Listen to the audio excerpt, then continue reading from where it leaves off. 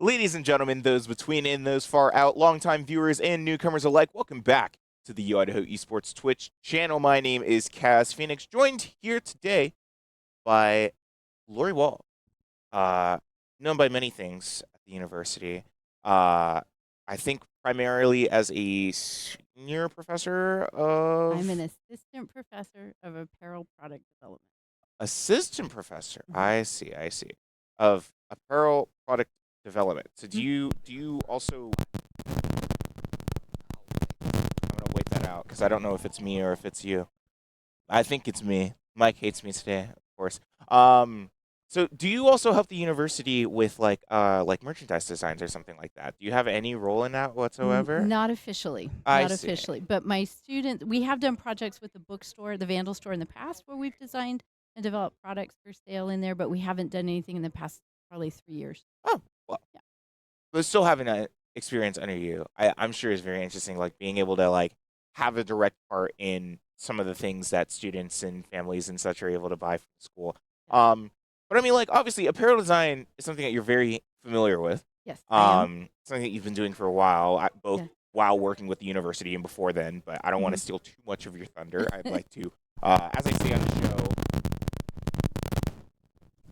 as the static does not say on the show, but as I like to say on the show, formally pass the talking stick over to you Okay. to let you kind of more formally introduce yourself to the stream, talk about what you do here at the university, and anything else that Okay. our audience might find interesting about So, in a nutshell, you. I graduated from the University of Idaho in 1993 with a degree in clothing, textiles, and design at that time, and a second interdisciplinary major as well. And then I went to work for Nike for 3 years, Mhm, mostly on the product development side. And then I moved to Adidas in '97, and then I started working in design. mhm. And I was there for 5 years. I went to a children's wear company for a year and a half, and then freelanced for another 5 to 7 years before starting to transition into academia. I So see. I started teaching summer classes because there were deficiencies in the employees that we were hiring at the companies I worked for, and I'm like, oh, we can do better at the U of I.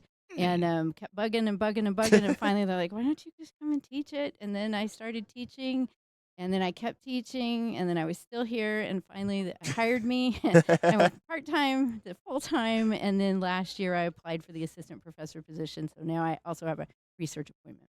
Oh, So I've been here for 20 years. yes. Very well. I was gonna say a very long time, but it's like about the same amount of time as I've been alive. I turned 20 today. Ah, Um, congratulations. Happy so birthday. thank you very much. You're welcome. Um, yeah, you went through a lot of the things I was interested in talking to you about today. You have a very interesting career history on paper. Mhm. But it makes sense for someone who is in your position, Yeah.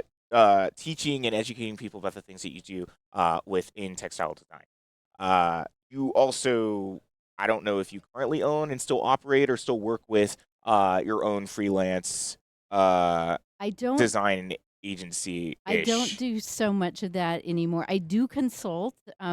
It's more under the university umbrella. It's kind of part Mm. of my research appointment. So I am consulting with a couple brands right now. One is an Idaho-based company on textile-based exoskeleton. That's Oh, one project, and then another one I work with Style Her Empowered, which is a Idaho-based nonprofit, and we're helping a site in Togo, Africa, get set up for apparel production. oh So my. it's a different kind of Different kind, consulting. different kind of consulting Yeah, outside of the design. Like now it's we're bigger. yes, we're into the bigger picture things and more Yeah. administrative things, which I'm sure that you've also kind of seen yourself stepping into the academia space as Hmm. well. Which is something I'm curious to talk to you about because obviously you spent so much of your career like actually working like Hmm. in the projects, right? And Hmm. actually working in the product development as you were talking about Yeah. before. But you also spent quite a while at the university Hmm. and pursued your doctorate when you came back Yep. uh, after some time. So a lot of my question is actually about what inspired you to look into the field of higher education as opposed to what you were doing before. Okay. So at the last two companies I worked for, my one of my side jobs became training everybody we hired.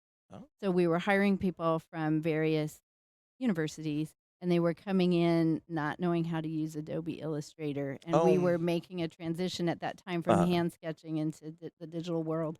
And I, would spend 3 to 4 weeks with various new hires getting them up to speed. And I'm like, why aren't programs teaching this at the undergrad level so when they graduate they're ready to They're ready go? to do this, all Yeah. right? And especially with if you're on a front-facing kind of position like that, you're like Uh, trying to get designers ready for the future. right. I think you got to start them younger, right? Yes, exactly. And so that's what I kept saying here is it, and that wasn't the only skill, but that was something I spent a lot of time training, and I was pretty good at it. The people learned how to use the software, they were able to do their job. So I Hmm. thought, well, maybe there's something there, and I enjoyed it. I do get a big kick out of watching somebody learn something. That's super cool. Yeah, Well, that is. yeah, I also find that super cool. I love learning about the stories of different educators because we talk to so many people across many different departments uh, in the university. Yeah, I think that's special. It's kind of the point of the show, right? To showcase people in different departments, to kind of talk about what goes on here on yep, campus, and then also get them involved in the esports stuff, which you're not directly involved, but we are like kind of directly involved. So yep. for those who don't know, Lori, you are the mother of Ewan Wall, who is Wilson. on our uh, junior varsity Valorant team. Yeah. And I was advised to ask, but I'm still gonna ask anyway because I was curious about it. How much do you know about esports and competitive gaming? You were kind of talking about it with Wayne before the show. So about video games in general, Hmm. yeah, I had an Atari in the 80s. So Wow. I've been involved in gaming for a long time. Prior to that, we had um, computer-based games, but Hmm. they were more like Dungeons and Dragons, where a Right. lot of it took place in your head, not actually on the computer. That was in the 70s. Hmm. But then, fast forward to the 90s when we had internet powerful enough to do online gaming, which you guys take for granted. That was like a Oh. really cool thing Oh when it yeah. finally happened. But that's when I started gaming online. Really? hmm What kinds of games were you interested in at the time? First-person shooters, but Oh my. sniper style. I was a sniper, so Unreal Tournament. Yeah, I was in a Wow. clan for a long time. Still keep in touch with these guys. It's been That is 25, a 30 years. crazy cool Unreal Tournament. Rest in Yeah. peace. No, no, no, no, Is it no. still It is alive? still going. Ewan and I were playing last week. Really? Yeah. Wow. I It, thought like I know there were like newer versions hmm of it that came out. hmm But I didn't know it was still actively being supported. Were you a Yeah. Quake player at all? No, but I remember at one of the companies I worked for, the employees were playing Quake, and I was new. I'd Hmm. only been there like 6 months, and I didn't know how to ask. I want some of that. I want to be involved, and Right. I was like, I don't know what to do. And so when I was at the next company, and I saw a similar game, and it was Unreal 99, I'm like, I am not going to be shy. And And I it's like, said, I yeah, I want want to in be on this. first How do on I that. get in? And they sent me to a game store, and I got my disc, and I came back and installed it, and then I just kept going after that. So Wow. yeah, so I guess don't be shy. Moral of that Yeah. story. But no, I never played Quake. We had a mod in Unreal Hmm. 2K4 that was a Quake mod, so I've played with some of the heads in there, but never actually played the game. Wow. That is Yeah. so interesting. We don't talk to a lot of people who are like incredibly familiar with esports. hmm And I don't. Well, I mean, obviously, we're going to talk about it a little bit. hmm I don't know what your familiarity is with like current day esports, other than Valorant. I'm sure that Ewan talks to you about. Yeah, Valorant But and to Overwatch. I mean, there are a lot of leagues. League of Legends. yes, That was probably the first one I knew about, probably 10 plus years ago. oh Yeah. yes, But even when I gamed online, the clan I was part of, we would compete, but hmm. it wasn't. We were never good enough to like get into the The higher ups. top Yeah, level the top kinds stuff. of There was stuff. none of Yeah, that happening because we were having too much fun. it was still But super cool. Like yeah. you were embedded in like a much older esport community, but one hmm that was incredibly like foundational into the kinds hmm of competition structures that we see today Yeah. and other games that we play, including Valorant. Yeah. As again, I'm sure that Ewan talks to you about. Does hmm he talk to you about like his time on the team, hmm or have you played Valorant with him? I have not played Valorant with him. No. We played Overwatch. We played Unreal last week. Sometimes we play Killing Floor. That's co-op. Prefer to play co-op with him. We wait. Okay, there it is. Okay.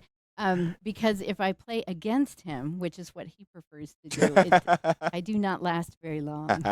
He's much more skilled than I am. It's like, I got you, mom. Yeah. And beat you up. Over and over. Yeah. What do Yeah. you mean? No, it's like, no. Ewan is a very sweet guy and a very great player. Oh, good. His Good. Yeah. his team has been doing very, very well this semester. But in between, I'm kind of curious now. In between, I guess, gaming in your field of work, how did you find those things intersecting with you? Because it seems like gaming was something that you were very like intrigued with and interested in Yeah. on the side of the things that you were doing professionally. That is an excellent question because I kept my gaming persona separate from my professional persona and Hmm. a third persona. Kept them all far apart. And then over time, these three personas and the other one's my crafting, making persona, they all have merged because now in apparel design, when we have a design, we use digital tools to design it. We've used, Illustrator and Photoshop to make print repeats.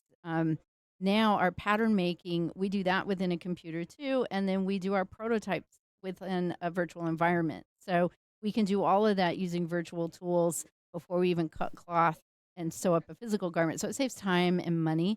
But the 3D virtual prototyping is just like, customizing your game avatar, really.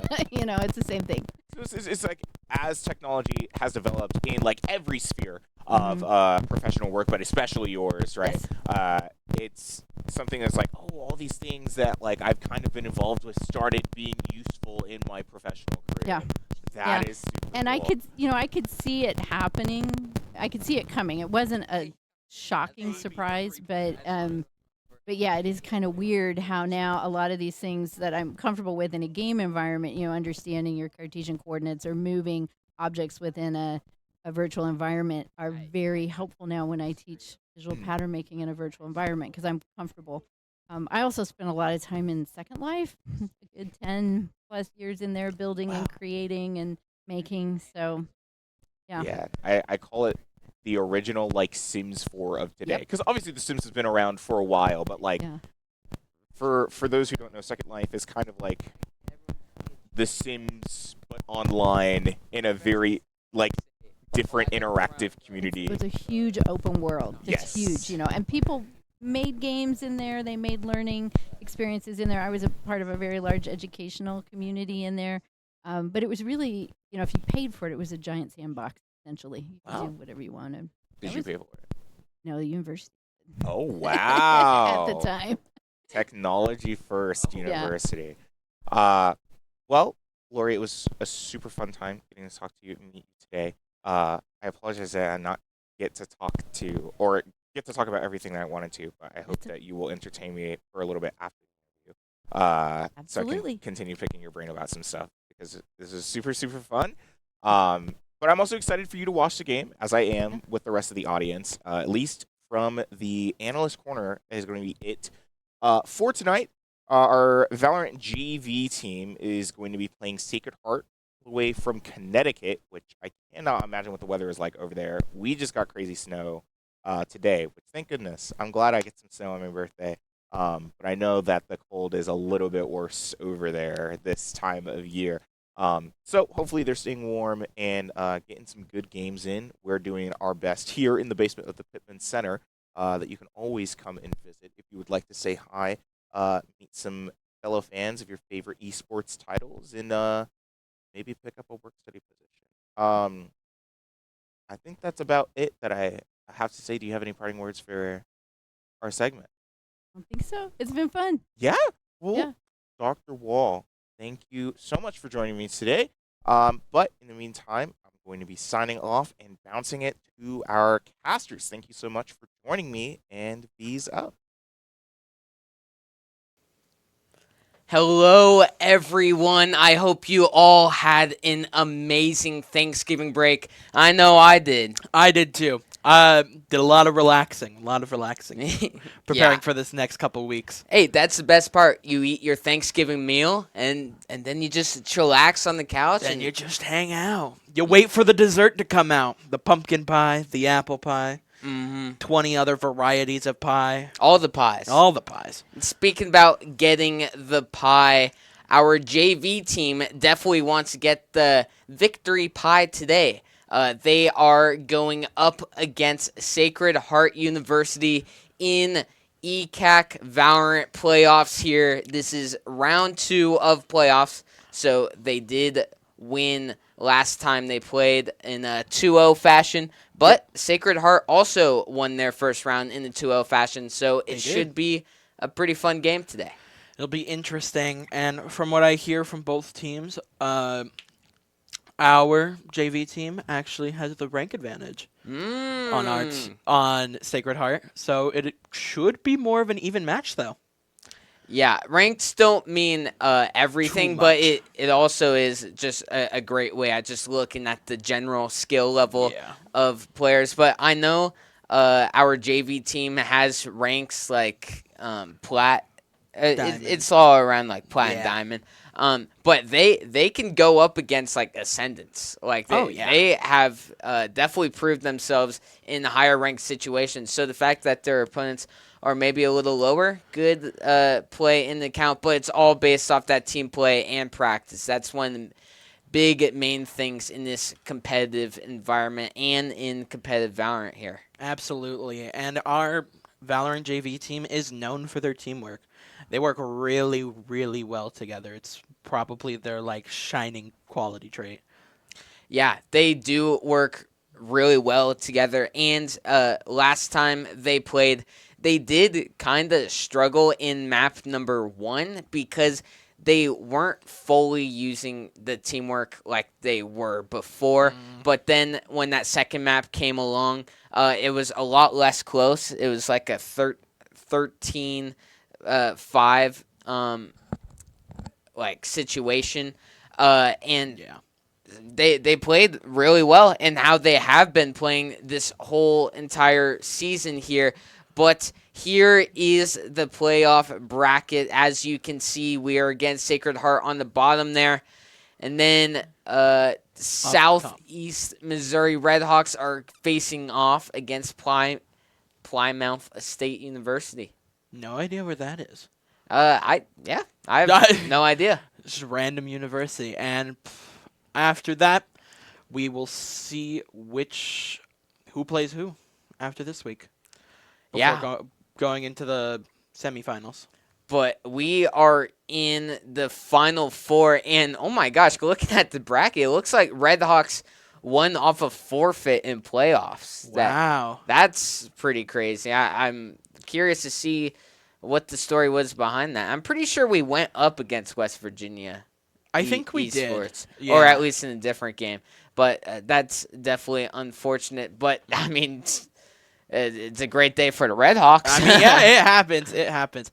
I think West Virginia also has a rivals team, and they also got a couple forfeits. So I wonder if it's just something to do with maybe they have, like, time discrepancies and just not able to all get together sometimes. But it's okay. It happens. It happens.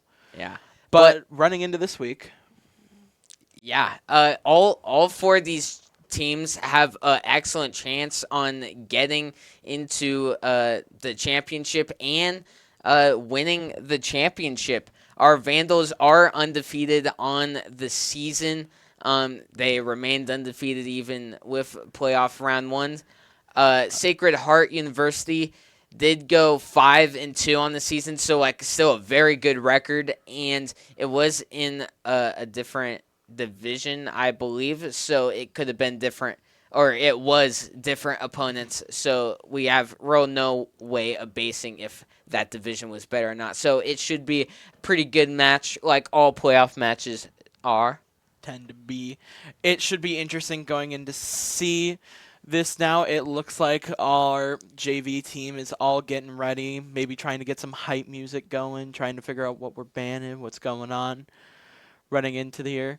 We did have a late comer, which is why we are starting a little later, with the last couple weeks, finals prep, trying to get those last assignments in, homework, all that stuff. Got to put school first.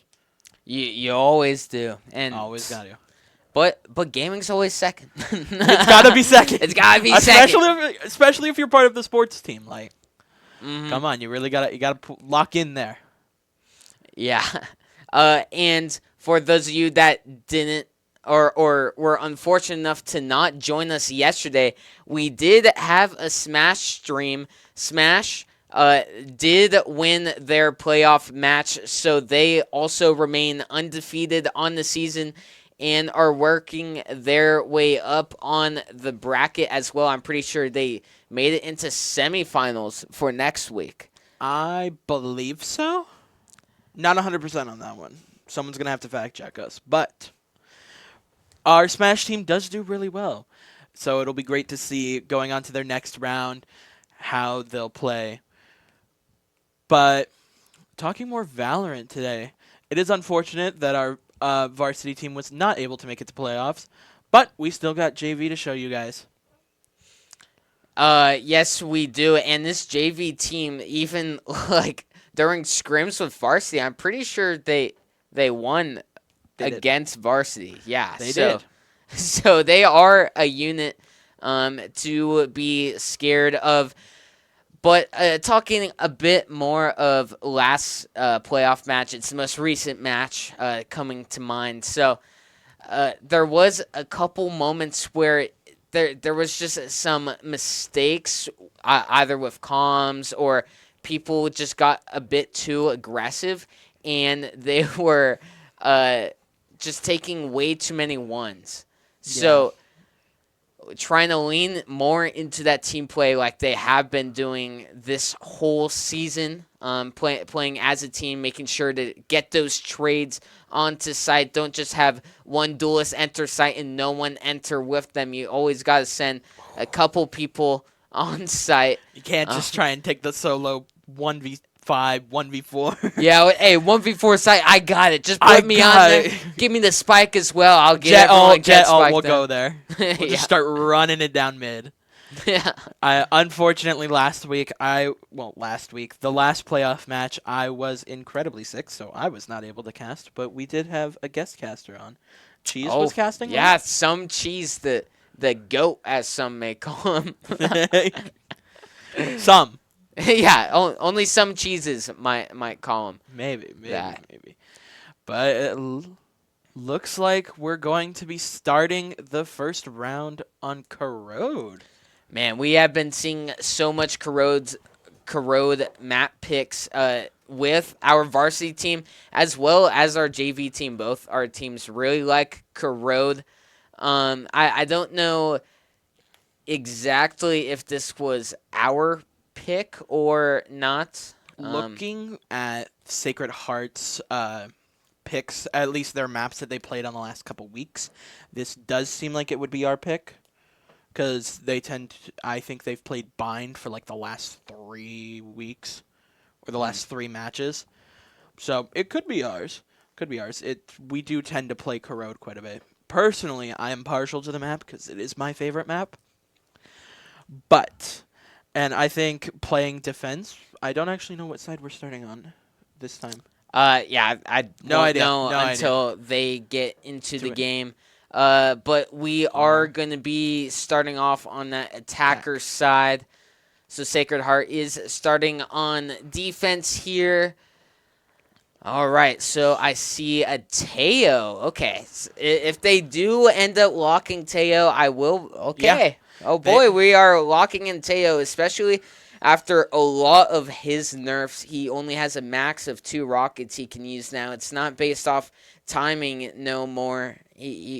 Once he uses those 2 rockets, it's all over for his utility. I just feel like there's other agents right now that just can have more impact on a round-to-round basis. That's true. Teo is still an interesting agent, especially with the utility that you are given. And in this comp, when they're running double duelist and fade, you still get some usage out, and it's probably just someone they're comfortable with picking on this map. Both teams are running that double duelist, the Jet and Waylay combination. There are going to be people dashing all over. Gotta keep up this map here. Gotta keep up. A couple of Sonic and Knuckles on this map. Idaho looks like they might want to go for a B push to start out with. Might send maybe 1 or 2 to lurk up mid, try and contest it a bit, but other than that, Sacred Heart's just going for a default 2-1-2 hold on defense here. Waylay could get aggressive for Sacred Heart in B main. Which just makes the most sense, especially on B site for defense. Waylay being able to get in so quickly and kind of scope out the enemy. Maybe even... getting back out with their recall. He got damaged. Yeah. He got one little tap right there. Well, not even more of just damage, but like the information of how many people. Yeah, it is definitely a game of information. A lot of times it's more like chess rather than a paintball fight. Looks like we're just going to spam through the smoke here. But we might be going for a rotate maybe through mid and up to A. Probably makes the most sense. Corrode does have a lot better mid control. Controlling that space can really slow down a rotate from the defending side. Yeah, this is really good space from Sacred Heart, that mid, and then also a main area. They have Teo just doing a little bit of jiggle peeking, some great information. It's going to allow Sacred Heart not to have to rotate all the way to A. But Idaho looks like they're about to execute on the site here. Sanguine dashes in the site, but Stoney gets an early pick on one of the Vandals. Gets another. Sanguine does find his one. Awesome Sauce in this corner. Gets one with the frenzy. He finds a second one as well. It's all tied up for two running into this one. Not ready yet. Yeah, Idaho knows where both Sacred Heart players are, but there's only 10 seconds left on the round. Dirt Top gets one. Sanguine gets the other, but it's quickly traded out. Dirt Top closing out the final 2 kills of that round there. And time just turned out to be a little bit of an issue for Idaho there. Yeah, if the God, why can't I not think of it? Spike, there we go. If the spike was just a little bit closer, probably could have gotten the pickup and the plant down, but only with 11 seconds left, you kind of just had to go for it. But it looks like running into this next round, we might have more of a split up from Idaho. Yeah, it's a save round here. Usually you see people kind of group up on save rounds. Idaho has the opposite idea. They're just looking around, try and find any picks, but the picks being had are on the side of Sacred Heart here. Okay. Shake You finds one. But Dirt Top does find another, so going up to 3-4 on this one. I wonder if Stunny is aware of how far up mid Vandals are. And no, he is not. Sanguine with a nice Sheriff head tap right there. Oh man, Waylay with a very good flank. Isn't going to have the best of timing. Has to push up more.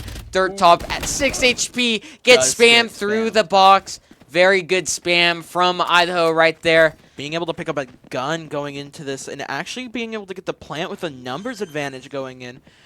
The Fade and the Waylay are kind of just trying to get some points. Bucky Gaming. Bucky comes out.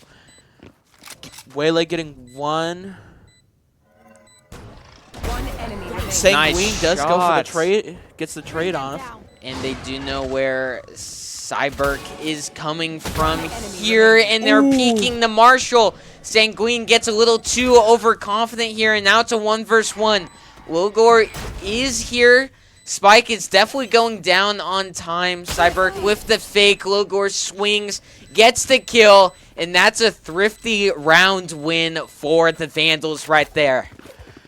Great played by the Vandals, really playing it much slower for their pistol round and being able to just get picks off and grab more of Sacred Heart's guns and being able to just get the numbers advantage. Yeah, I would say the crucial kill in that round was Sanguine's kill mid onto Stoney, top mid. Just Stoney was not expecting him to be in that close corner right there, and Sanguine perfectly clears out all of mid just by taking down that top defender. Excellent play from Sanguine right there, top of the leaderboard for a reason. Yeah, and it looks like going into this next, we're going to go on more of an A-site mid push, trying to control more of that mid space to get an easier time to go on A, which makes the most sense, especially for Corrode. This A-site has a lot of weird corners that you have to get around. Oh, Sanguine lurks up and gets Dirt Top. Dirt Top wasn't fully being respectful towards that angle, but Awesome Sauce finds one. Sanguine getting another. Okay, but Sacred Heart showing some fight. Even though they have classics, they do have dreams. Oh man, the utility is just going crazy. Right out here, and it looks like coming in, we're just they're gonna have to do a lot to try and get this retake off. Both of them are so low. Yeah. Idaho closes out the round. And just like that, even though they lost the pistol round initially, they won the thrifty round, which is so much harder. Yeah. And then they get that third round win here and now have the lead. Sanguine and Awesome Sauce really putting in the work for their team up here, just getting some crucial picks on lurkers and mid, like high mid. Yeah, Sanguine especially has gotten really good entry frags for Idaho. And we did see Sanguine really pop off that second map of playoffs last week. But here we go. Let's see if any other Vandals can pop off. Just like they popped that ult. Sanguine gets another. And Spike is going to go down. A very good execute on the side of Idaho. Ooh, Dirt Top does take out Awesome Sauce. Yeah, so Idaho knows there's one flank, one coming from mid. Wani gets one. Does he expect the second one? No, he does not. Logor finds the kill right there. One enemy remaining. JQ gets one on the Stony. It's a 2 versus 1 right now. Logor with the nice trade from his fallen teammate right there. And Idaho on a 3-round win streak, building up that economy and trying to continue this run. Their economy is really good, especially compared to Sacred Heart at the moment. They're really just trying to find something that works. And because a lot of the time they aren't really going mids, they aren't taking much mid, they're kind of rushing more of just one site. Unless they're going A site, then they are kind of trying to take up more mid space. It's kind of hard for them to get more out of like their sniper usage. Yeah, but that round was played so well from Idaho right there. Sanguine missing the shots. They popped the ult, entered on the site, smoked off all the entrance points. And he does get the pick off. Oh, man. That is so crazy. Idaho playing really well right now. Woo. Sanguine being the front runner right now. Getting 3 in mid. A one-man army in mid. Who needs teammates when you have a Sanguine? This is crazy. He continues to run up mid. Gets 4 kills on the round. A complete flawless right there. Sure, it was against Classics and Marshalls and the whatnot. But still, the aim is... It is there for Sanguine. Already has double-digit kills. And it's only been 5 rounds. Absolutely. And only 4 deaths running into this. And it looks like we're going full buy from both. But really Sacred Heart's economy is just so low. When they probably didn't need to get an Odin as much as they do go for it. Looks like they're just going to spam out right there. But we do go for trades right here. This is how it ends. Oh, wow. An aggressive ult here. Logor is going to be able to dodge it. So does the rest of Idaho. I'm not a big fan of that ult, I would say. That was very easy to escape. Kind of a waste of a Teo ult, in my opinion. But here we go. Sanguine has been dominant in mid, but Logor is the one that actually goes down. That Odin Maybe I does stand corrected get on some money value here. I do quite enjoy the Odin. I just didn't understand while being so far away trying to get some value off of it. Yeah, Odin's really good in this midsection. Those wall bangs it is able to do are so crazy. And Sanguine keeps lurking up mid and always finding a kill here. He is dominating the mid control game. And as he's doing that, Idaho is on site planting with only one defender anywhere nearby. Yeah, Stoney's on a vacation. Really took the long route. Probably just didn't know that mid was cleared out by this point. Good awareness for knowing that Sanguine could be there, but it also wasted a ton of time.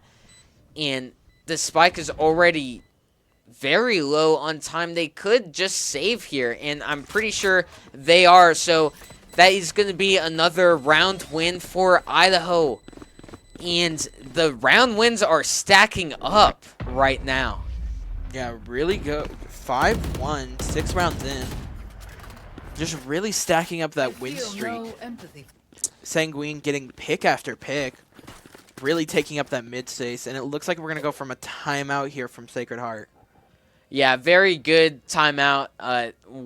Losing 5 in a row is definitely not what you want to see, especially on the first half of the first map. But something I would like to see out of Sacred Heart is maybe one of these rounds experiment with a different type of defensive strat. They've really only been defaulting a lot of times in the 2-1-2 setup.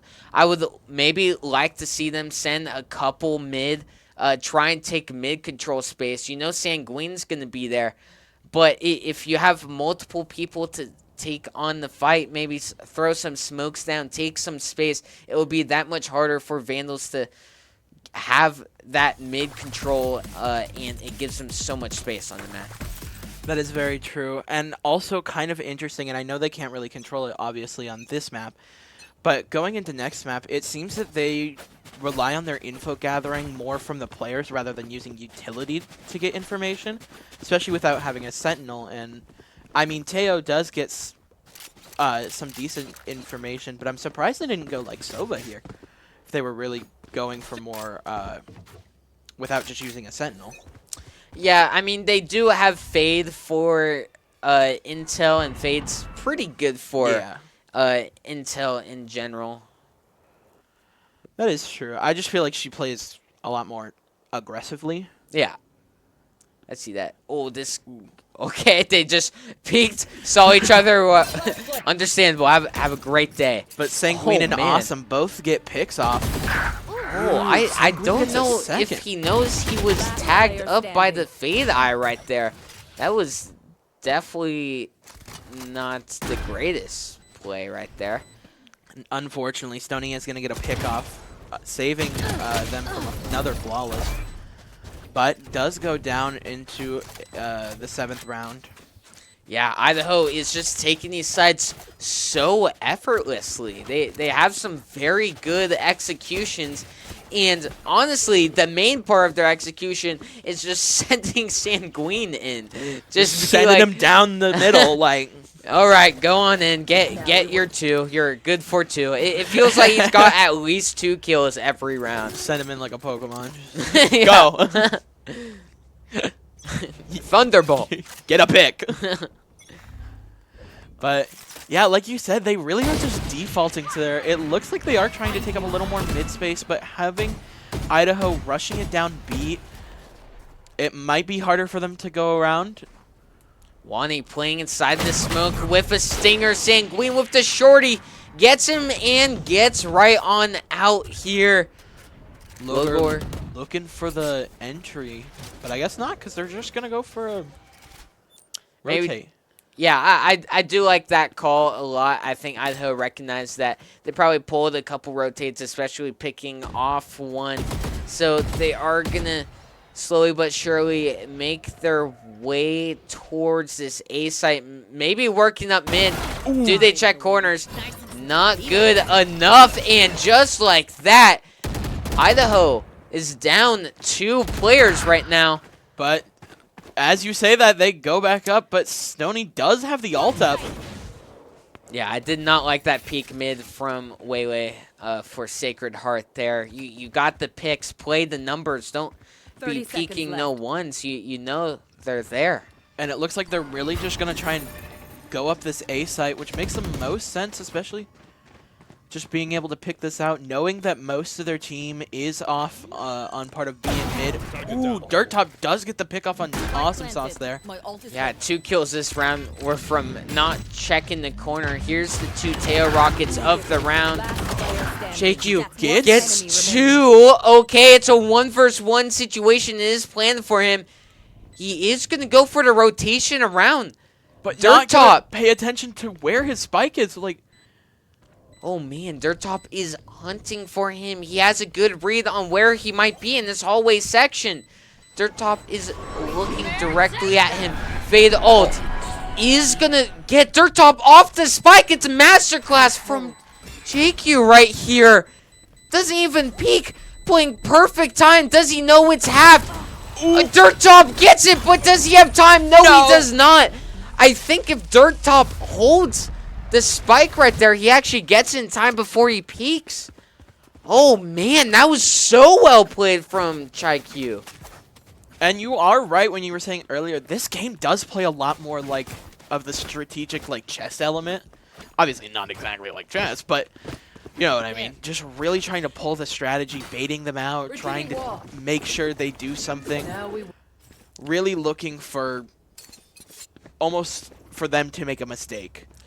A specific mistake. Yeah, it's always so hard in those 1v1 situations as well. When you hear that tap on defuse, you just want to peek, but good job from JQ on not peeking till it was a good enough time to. This execute is not going in the way of Idaho here, losing 3 members. It's already down to 2 of them left. Awesome Sauce trying to spam through the smoke, gets spammed some himself. And Sacred Heart was ready for that defense that time. Looks like we might be losing our streak here on the 7-win streak. If they don't check the corners, yep, they do know that there's at least the Teo there. Oh, man. Wow, the Fade Prowler didn't even detect him. JQ just runs right on by. Awesome Sauce, you're going to get the peek. Here we go for it. Not ready. Last player Oh. standing. Yeah. That blind is always so hard to use. Spur of the moment right there. But JQ, okay, he's on site, but instead of planting, he's just taking space. That's what I like to see 30 in seconds a left. 1v a lot situation. He has space to plant the spike, so spike money is going to go down. Util missing JQ. Being able to get that, and now he just has to hold this point for them to try and take back, but I don't know how confident they'll be able to.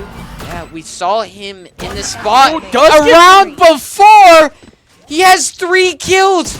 Oh, but doesn't check the corner as he was going around, which is so surprising. Why wouldn't you try and hold more on that spike section? You know they're going for it.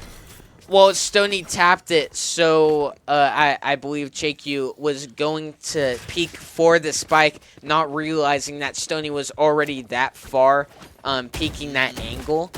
So well played from Stoney to close out that round, but it definitely was a lot scarier than Sacred Heart would want.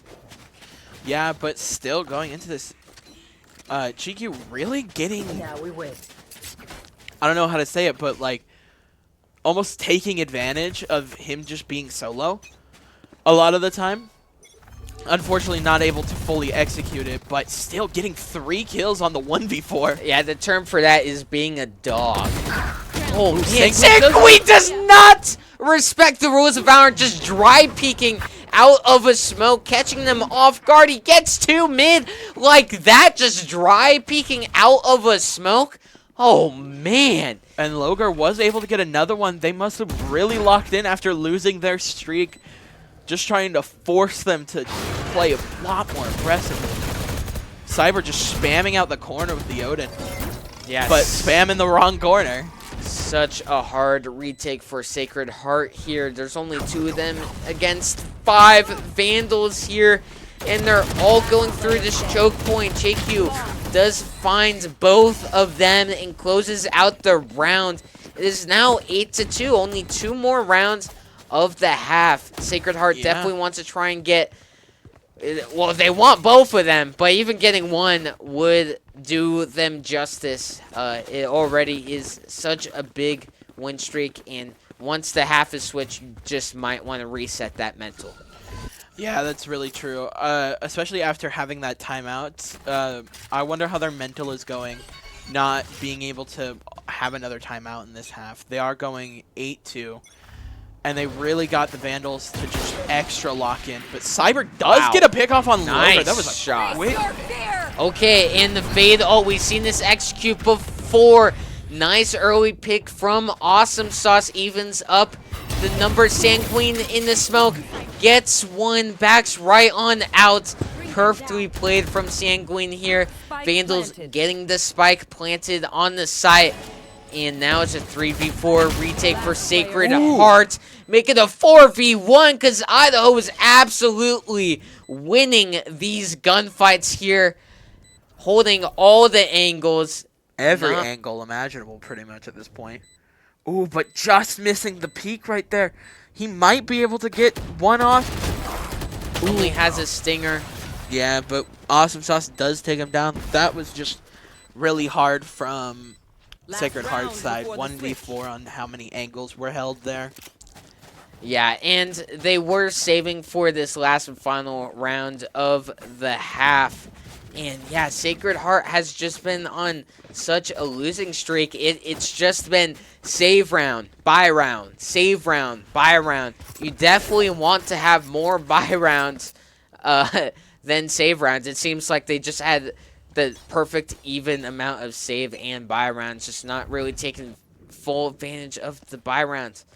Yeah, just not being able to. Sanguine does miss the pickoff there.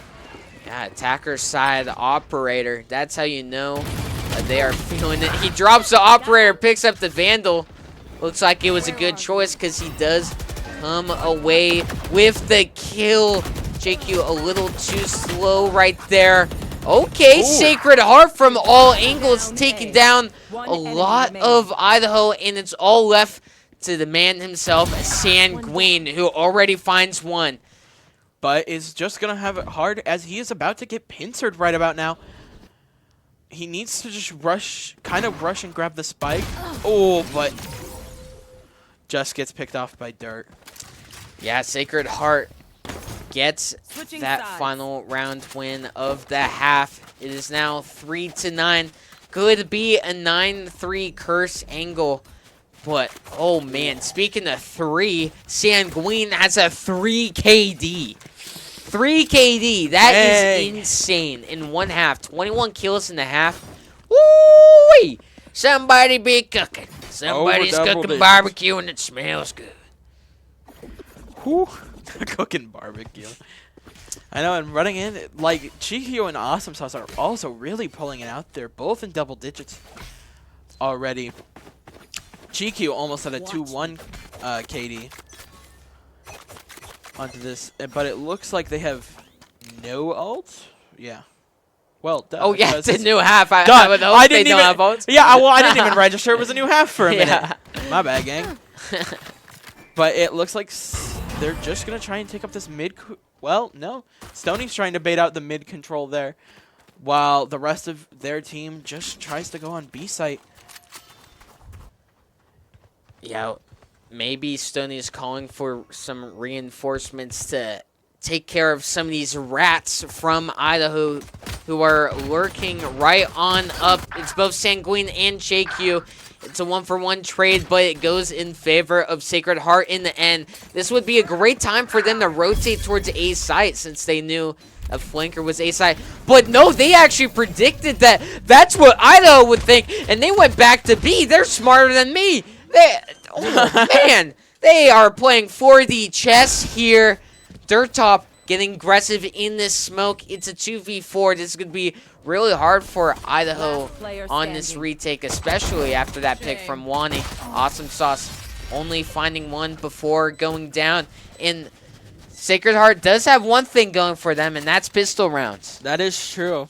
Although the last time they that Idaho had a pistol round, they did win. Well, I mean a saved round, the thrifty round. Yeah, and that's kind of the round that really caused Sacred Heart to spiral out of control and for Idaho to build up the momentum that Sacred Heart was supposed to have off the bonus round. Yeah, but we'll see how it goes in here. Maybe they'll play a little more separated or just... Yeah, on this defense, they're kind of going for the basic standard here. Yeah. Really trying to... Ooh. Almost getting a waylay pick off there. Oh, wow. Logor caught in the open right there.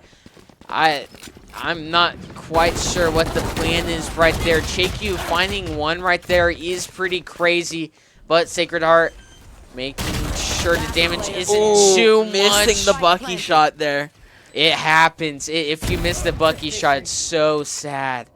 Ooh, But- Awesome Sauce picking up another weapon, but getting the Bucky shot off. Yeah, when you land it, it's always nice. That's true. Oh, but does go down to Stony there. Yeah, and that's how anti-eco should go right there. Sacred Heart redeeming themselves from last half, and kind of just like that, off the first 2 round wins of this half, and that they're on a 3-win streak right now. It's 5-9. It's very possible that Sacred Heart can get right on back into this game that's been so heavily dominated by Idaho. Yes, they could, but looking at it now, it looks like Idaho almost has the gun advantage here. If Well, I'm not yeah, mistaken. they should, since Idaho saved last round. Yeah. Sacred Heart Force. This is their bonus. Stoney does take out Sanguine there. But holding with the Bucky and doesn't get the kill off there. Was that Bucky on Bucky right there? It was Bucky on Bucky, just wasn't being able to see it. Ooh, but Awesome Sauce does get a pick off, and it's a 4v3. Wow, that was such great timing from Awesome Sauce. Recognized the smoke was going down, and they were probably going to bait out his wall. But oh my gosh, one more from behind. That could have been so huge. Great job from Dirt Top on watching the squad's back right there. That could have been way worse for Sacred Heart. And instead, they actually have numbers advantage. Idaho. Super spread out. 100 Yeah. on B and A. They're going to lose a lot of mid space here. They're probably going to have 2 go on one site and the other just protect from the flanker there. Yeah, or I could just be completely mistaken, but that's probably what they're at least going to want for. it's going to be 1 on 3 on site Ooh, here. Awesome Sauce does take one. It's a 2v1. I mean, 2v2 now. That is exactly what Idaho needed for Awesome Sauce to get a pick and play his life right there. Because now the numbers are even. They'll have a much better chance on trying to take this but round. does get taken out by Stoney. He was only at such low HP. GQ is known for getting off these numbers advantage, but if he doesn't pay attention, it just gets picked by Stoney. Yeah, Stoney has been playing pretty good this last couple of rounds. He has 2-3 Ks in a row, so that's definitely good to get one of your duelists into the action and start to kind of feel themselves the way Sanguine has for Idaho. That is very true, and running it now for Idaho, it looks like I hope they don't lose as much as much of their mental going into these next couple rounds. They are on a loss streak here, which means Sacred Heart is on their 4-game win streak, 6-9. Yeah, Sanguine may have a sheriff, but I would still be kind of scared of him even if he had a sheriff right here. Ooh. He's just that good. Some good intel from Lele. Dashing on in, sets up Dirt Top to find 2. And Sacred Heart is just going to rush on the site. Spike is going to get planted. 5v3 situation. Idaho doesn't even have gun advantage. This is looking real nice for Sacred Heart right here. It really is. Running on to this next, they're really going to have to try hard to make this retake happen. Watching a lot more of the angles. That crossfire is always so effective. Yeah, and kind of unfortunate just going into the 1v5 there. GQ probably couldn't do nothing, especially with that blind. Okay, and I honestly would not be surprised if we saw a timeout on the side of Idaho. Yep, there it is. Oh, man. Oh, was that me? Oh, man, I called that out. Dave, this thing on the mic drop. No, yeah, we just don't want to listen to you. No, that's my roommate. Okay. I'm giving him a hard time. I was like, dang, just insulting chat right about now. Yeah, how dare you? How dare you? Oh, but thank you for calling our gameplay exhilarating. It is us playing the game, not them. Yeah, this is us. We're actually control it. See, I control the fade and the waylay. Yeah, I'm Sanguine right yeah, now. you're Sanguine. Mm-hmm. And the other two are bots. Yeah. Other two, they're non-playable characters right here. But NPCs. this is a really good timeout for Idaho here, recognizing that they've lost what has been 5 in a row now, but they can buy this round here, and Idaho has been good right off of timeouts. They use their timeouts pretty effectively here, so I am curious to see what sort of defensive play they cooked on up. It looks like it is Kind of a reverse of what they thought was going to happen. They might just have to rely on a retake here, as looks like Sacred Heart is trying to take up more of that mid space. Keeping more. Dirt Top does get the pick off. Ooh, and gets another pick is getting off from Idaho. Yeah, and just like that, Idaho is down 2 players already. Sacred Heart continuing the pressure here. JQ Just getting Ooh. picked off.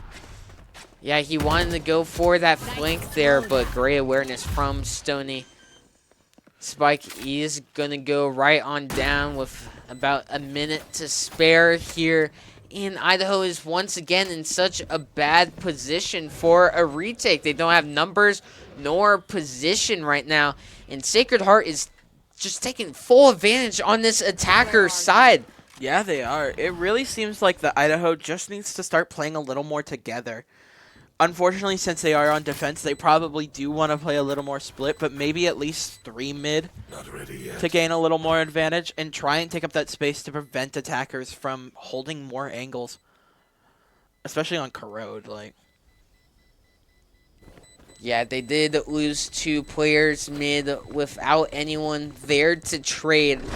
So it did just completely changed around in the Sacred Heart's favor. And from there, got spiked down. And Idaho had no choice but to save because the economy is not looking as good as what it once was. The stocks are down right now. No, not our stock. The stocks are down, bro. No. They're down.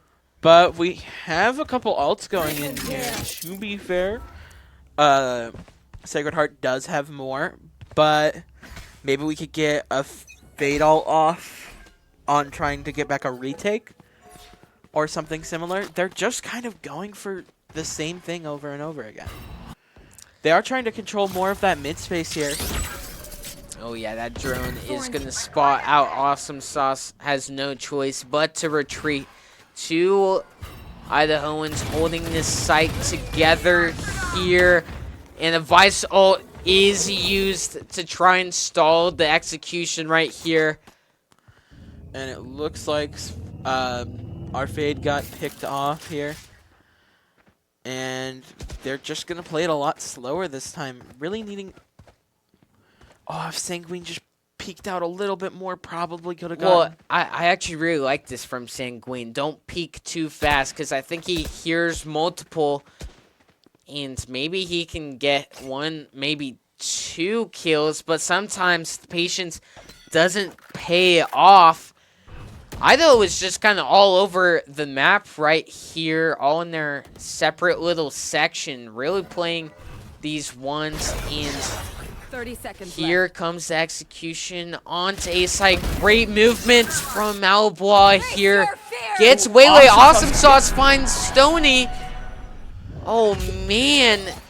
Okay, a fade ult is in play from Sacred Heart, and Spike is going to go down. They were running low on time, but time is not a worry anymore. Cyber getting 1. Sanguine from the flank gets another. Wani right next to Spike. Can he make something happen here? Holding for Sanguine flank. Oh, man! The transfers! Ooh. He gets all 3! Oh, man, just some aim labs from Wani right there. 1, 2, 3. But he knows how to count. And it's tying up the game 9-9. Wow. GQ, they're going for another timeout here. Yeah, that is a tough round loss for Idaho. 3v1 right there at the end. And you get all taken down by 1 guy.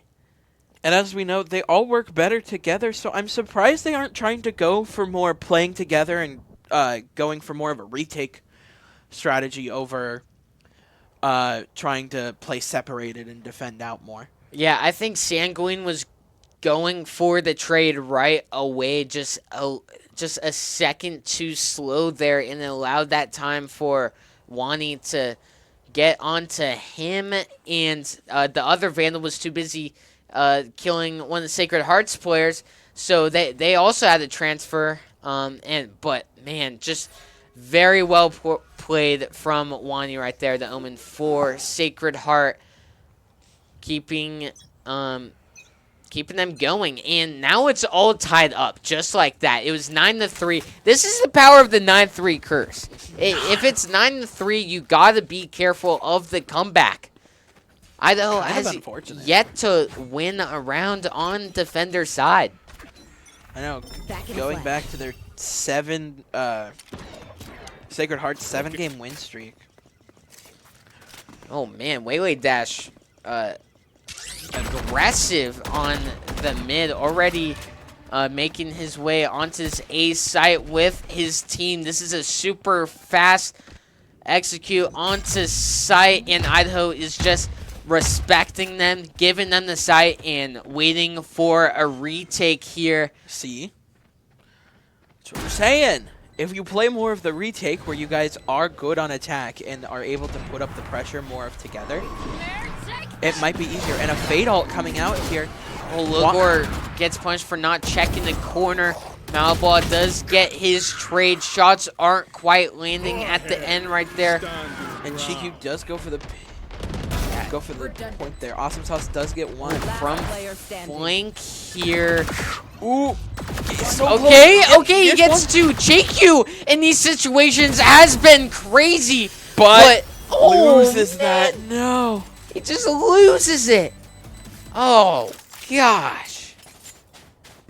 Oh, man. That JQ is getting into these situations and is popping off and then just can't get the last guy down. It's kind of unfortunate. He gets one or two and looks incredible and then just doesn't quite find the last hit. And now Sacred Heart is in the lead.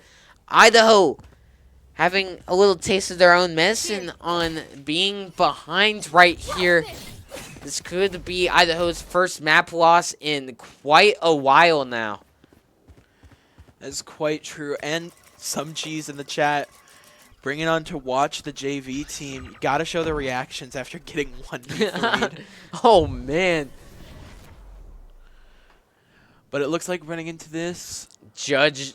Hey, when in doubt, you just judge him. You judge him. You judge him, man. Oh.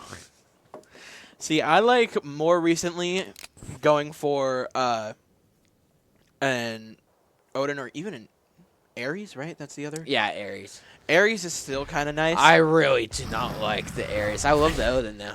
Ares, it's just not my type of gun. It's not my type of gun. But I just get to focus more on spray. Sacred Heart is taking their sweet time, getting a lot of mid control. Looking like it's going to be a push here. Space is getting taken, so that's kind of the unfortunate part for Idaho here. Yeah, and Idaho also doesn't have the best of weapons. Sanguine with the knives. Two are down, gets the refill. Oh, almost a second one there if he chose to shoot. But probably better than he didn't, trying to hold that discipline. And it looks like they're going to get that might be a really good Waylay ult right there. Ooh, but kind of misses some of them. Sanguine does get... Ooh, it is a 1v4 here, and they do go down. Yeah, when in doubt, just send your star player in with his ultimate. He just finds a casual 3 with some knives. That's true. Yeah, sometimes you need those hero plays to get right on back into the game, maybe secure a round, and from that you can maybe try and start some momentum back up. But Sanguine with 26 kills almost has 30 on the game. Can you pull a 30 bomb off before the game ends?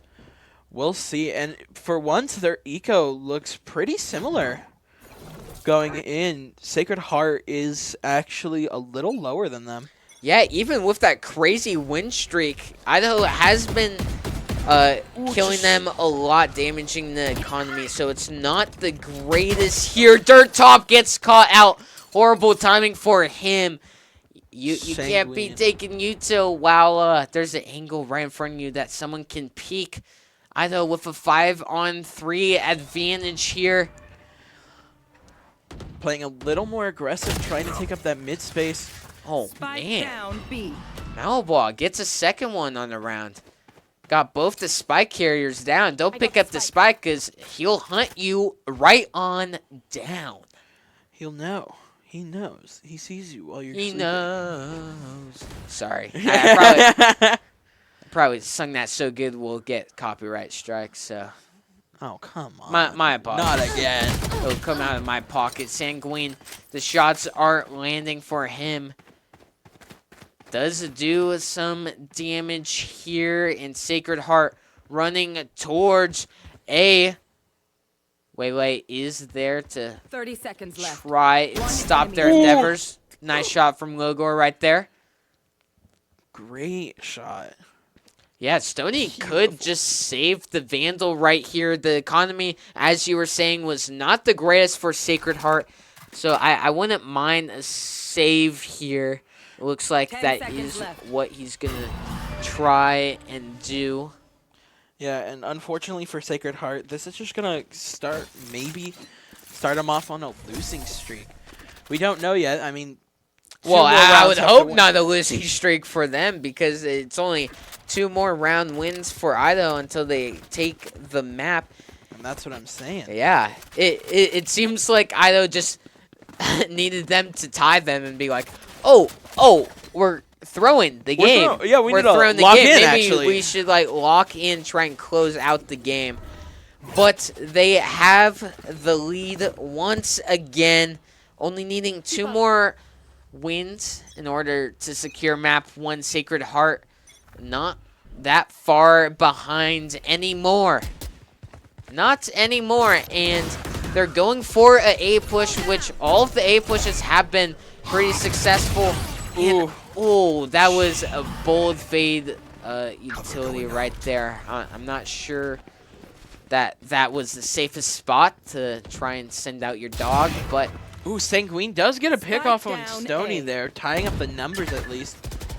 They're just going to probably spam through the smoke. They're really trying to play around it. if he spammed right there, you might have got Spike Sanguine's planted. head. But Spike is going to go down. It's a full, even 4-on-4 retake. One of the Vandals are coming from flank. And Fade's about to ult here. yeah, that Fatal is going to Double hit Fatal. 3 Vandals. Oh, no. Flank goes down for Idaho. Dirt Top does such a good job on watching Flank, but Sanguine is on site, making his presence known. Teo ult goes right on down. Sanguine gets 3.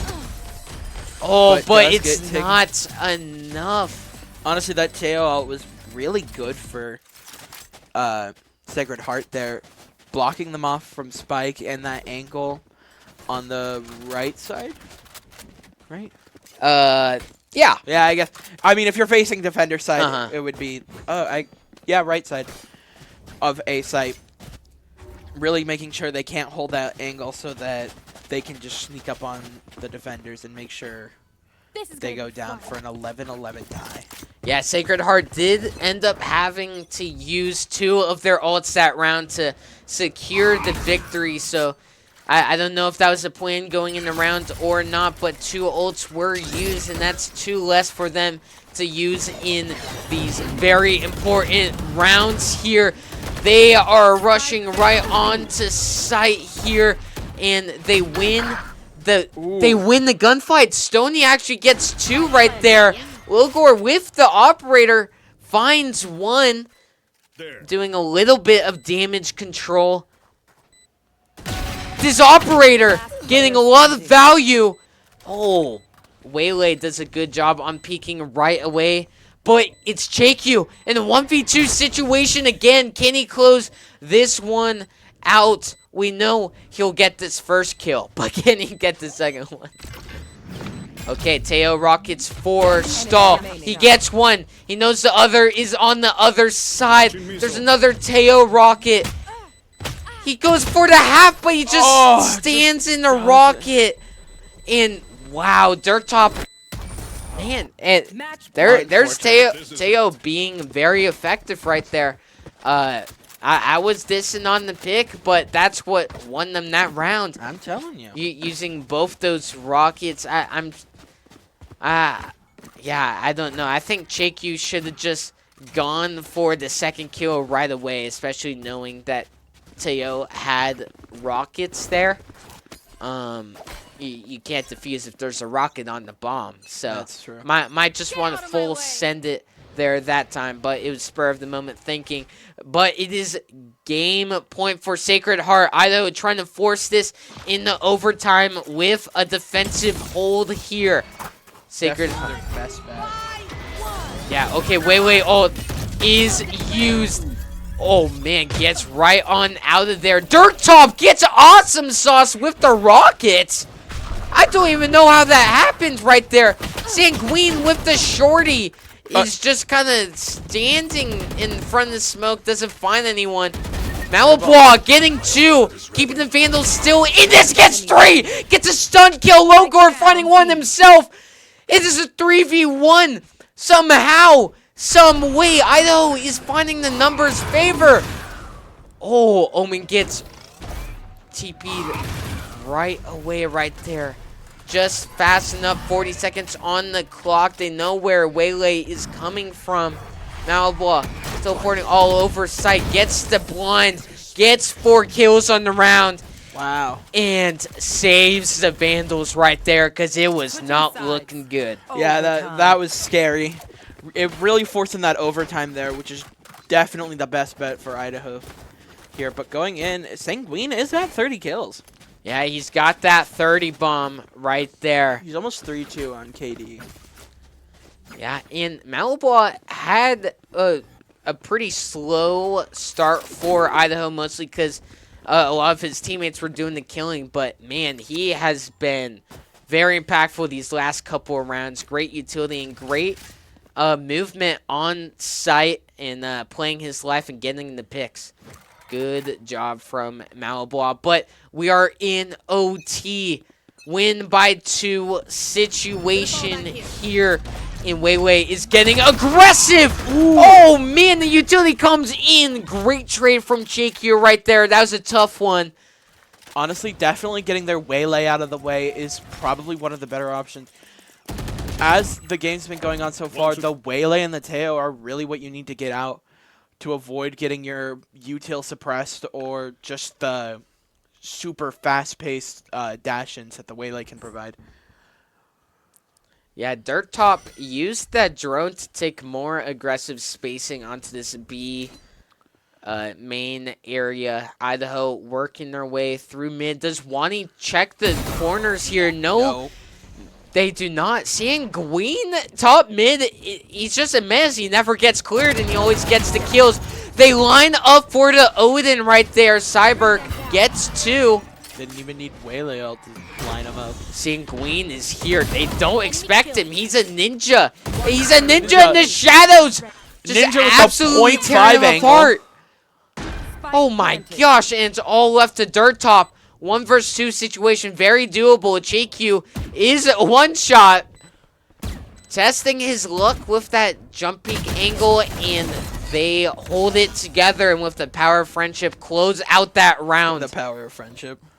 Power of friendship right there, and there we go. There was some team play right there. They were peaking the angle together at the end there, and they're winning rounds like that. I'm telling you, like, this team thrives off of playing together and playing as a team.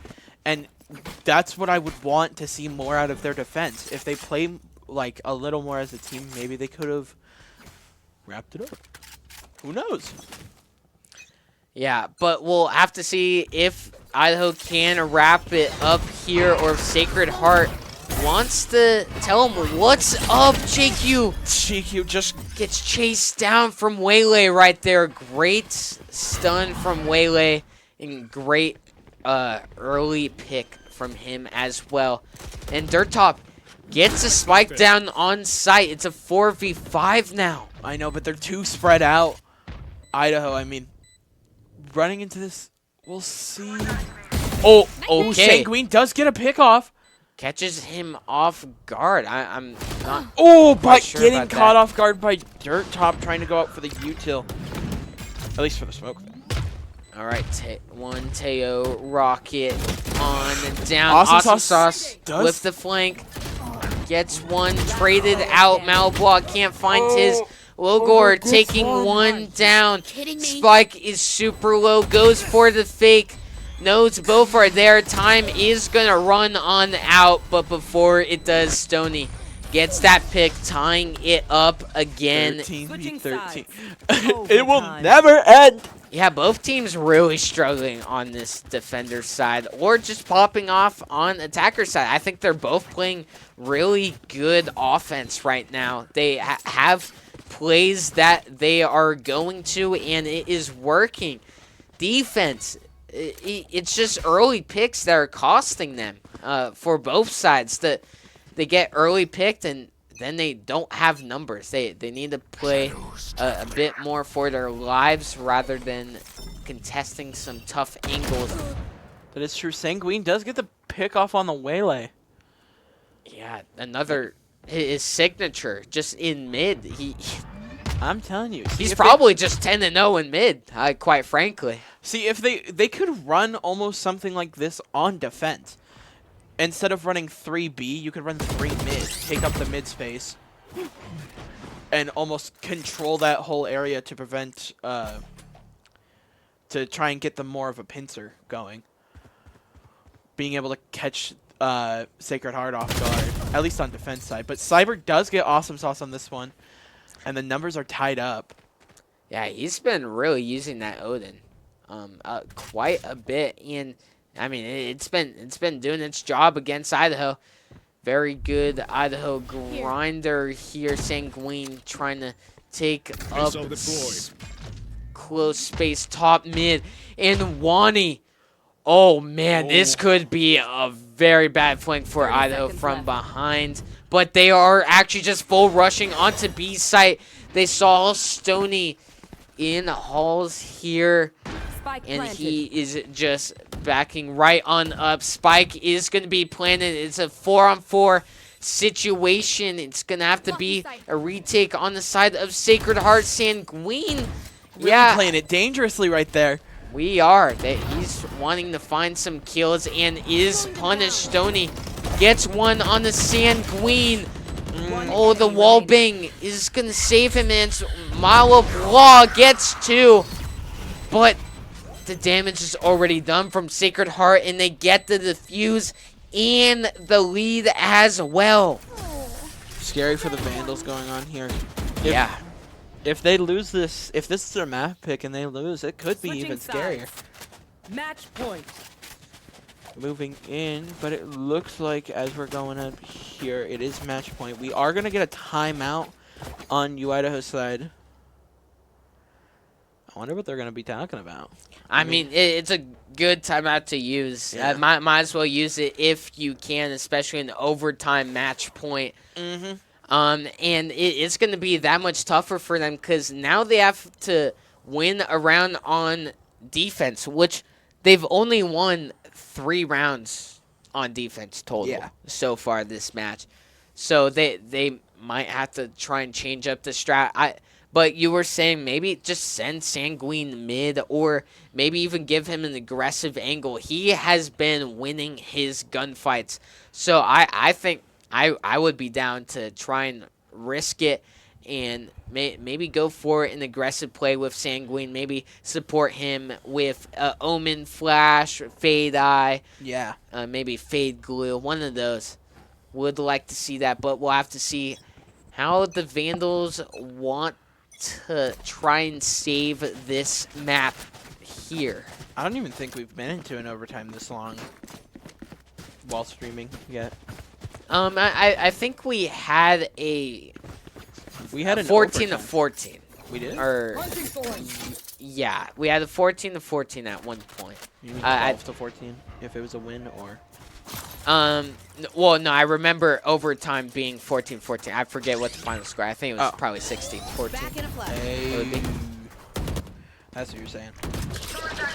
But hey, we could see a record if Idaho holds this site. Already a decent amount of Vice Thorns used, so a couple stalling utility outs for Idaho. That Vice Wall is also going to be baited right on out. And it looks like they're going to go for a rotate here.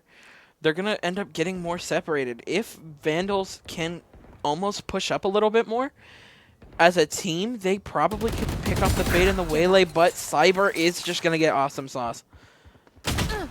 Ooh, Oh, but it takes out Sanguine. Sanguine as well. And they're not even pushing his sight off of that because Spike is heading right on towards A. And the defender for the Vandals just rotated off A. It looks like a very tough 30 seconds situation left. for Idaho here. 5v3. There is also a lurker for Sacred Heart here. All of Perfect. Idaho coming from their spawn. They have to try and make it through this smoke. They have no ults back. to use, and there's a Teo ult on the side of Sacred Heart. They have to try and go fast, try and do some damage on site. They find one. Okay, smokes are gonna go down, but Trade only for trade. Logor left. He is gonna go down, and Sacred Heart with a 9-3 comeback takes map number 1 right there. And you were right, that 9-3, you really got to watch on those comebacks there, but that was really well played from both sides. I mean, going for almost win streak after win streak on there, but really at the end, just going back and forth on the overtime. Sanguine hitting 35 on this round. Well, this map. Yeah, 35. He was doing some damage, winning his duels. He was just getting some kills that he probably shouldn't have been getting. But it doesn't really matter since Idaho did lose in both teams. Both teams only got like 3 to 5 wins on defense. Both of them. So I low-key kind of feel like if the Vandals didn't start on defense, and they had... You mean didn't start on attack? Yeah, didn't start on attack and start on defense, and then they did attack second half.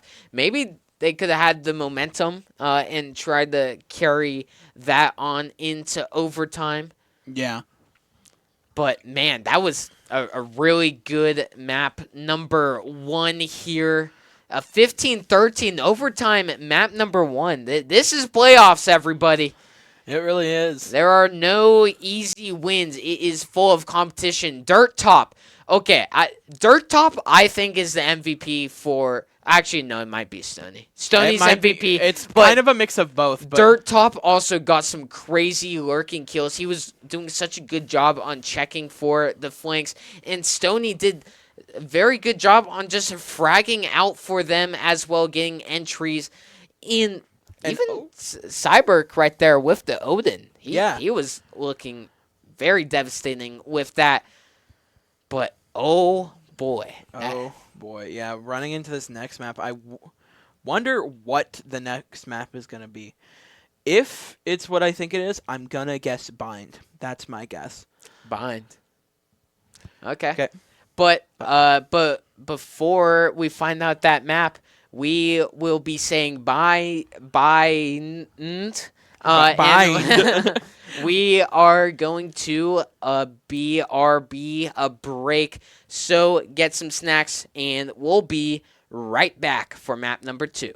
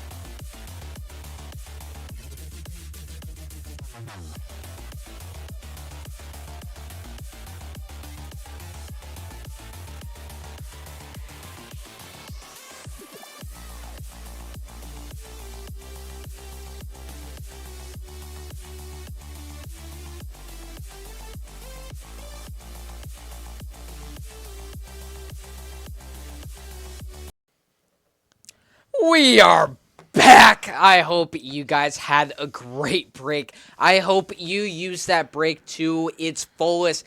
I hope you locked in so you could see this map number 2, baby. Because map number 1, it was cinema. Intense. That was it was intense. A 9-3 comeback. That know. is like that's insane. So shouts out to Sacred Heart for locking in on that attacker side right there and getting map number 1 in the best of 3 series. But we are going to be moving on to map number 2, which is Abyss. I was in fact wrong. I thought it was going to be Bind. But I guess not. So running into Abyss, this will be interesting. I don't play a lot of Abyss personally. I just haven't seen it a lot. No. So it'll be fun to see more of. It's definitely one of my least favorite maps. I'm not the biggest Abyss guy. The map changes did help it a little bit, especially on I want to say it's the B site, the one where like you jump over the void and stuff on that little side. They just made it a little more defender friendly, a bit more pockets to play out of. So some good map changes here, and I haven't seen it too much in this ECAC league at all. So I'm excited to see how these teams play it. But another double duelist comp on the side of Sacred Heart, Waylay and Yoru. Oh boy, that could be a problematic duo. Yoru did have some nerfs, especially to that ultimate recently. Yeah. Still pretty valid though, I would say, and especially on the Abyss, that teleport can do so much. And I do like the pick. Both teams are thinking about Cypher for the Sentinel. I love Cypher. Always and actually have, running always a will. Sentinel this round. I know, running Sentinels. Ooh. Well, they had a Vice. No, not Idaho, but Sacred Heart. They didn't have a Sentinel last round.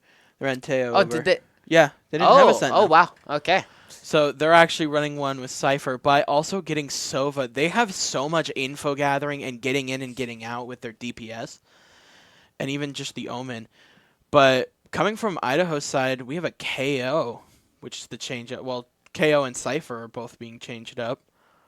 Yeah, a KO on this map can stop a pretty good amount of pushes. That knife can get some good value on those main areas there. But I would like to share something funny that happened during that break.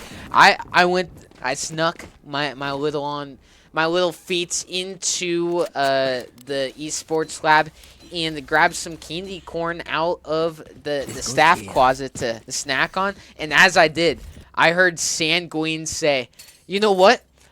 I'm feeling really confident. Every time I peeked mid, I was guaranteed 1."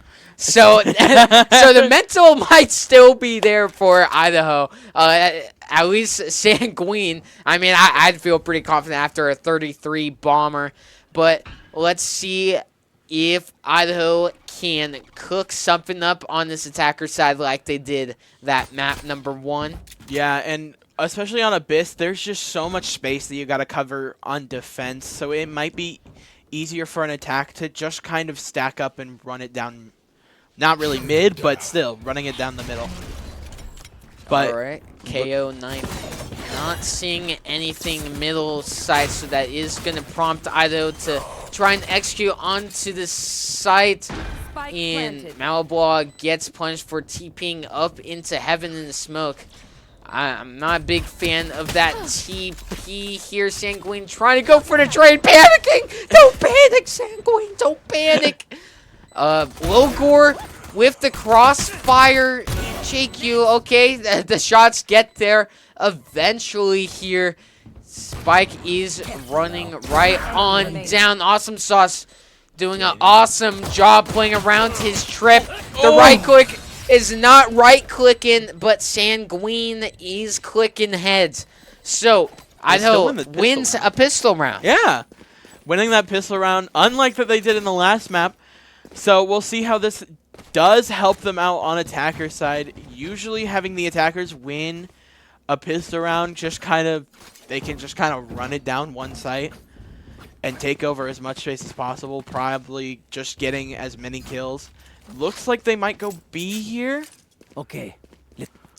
Yeah, good look for a B. Yeah, so they are going B. Cypher is going to be lurking up mid. I love Cyphers being lurkers. That you can use the camera for info, and also they play for flank anyway. So why not be lurking somewhere, causing a bit of havoc and paranoia. Ooh, great dash, but oh man, the right clicks are hitting on the side of Sacred Heart. These classics aren't doing classic things. What? Cheeky just getting pick after pick. He looked away and still got the kill right there. That was crazy. I guess there's only one player left for Sacred Heart. This Cyber here, who's kind of just running away.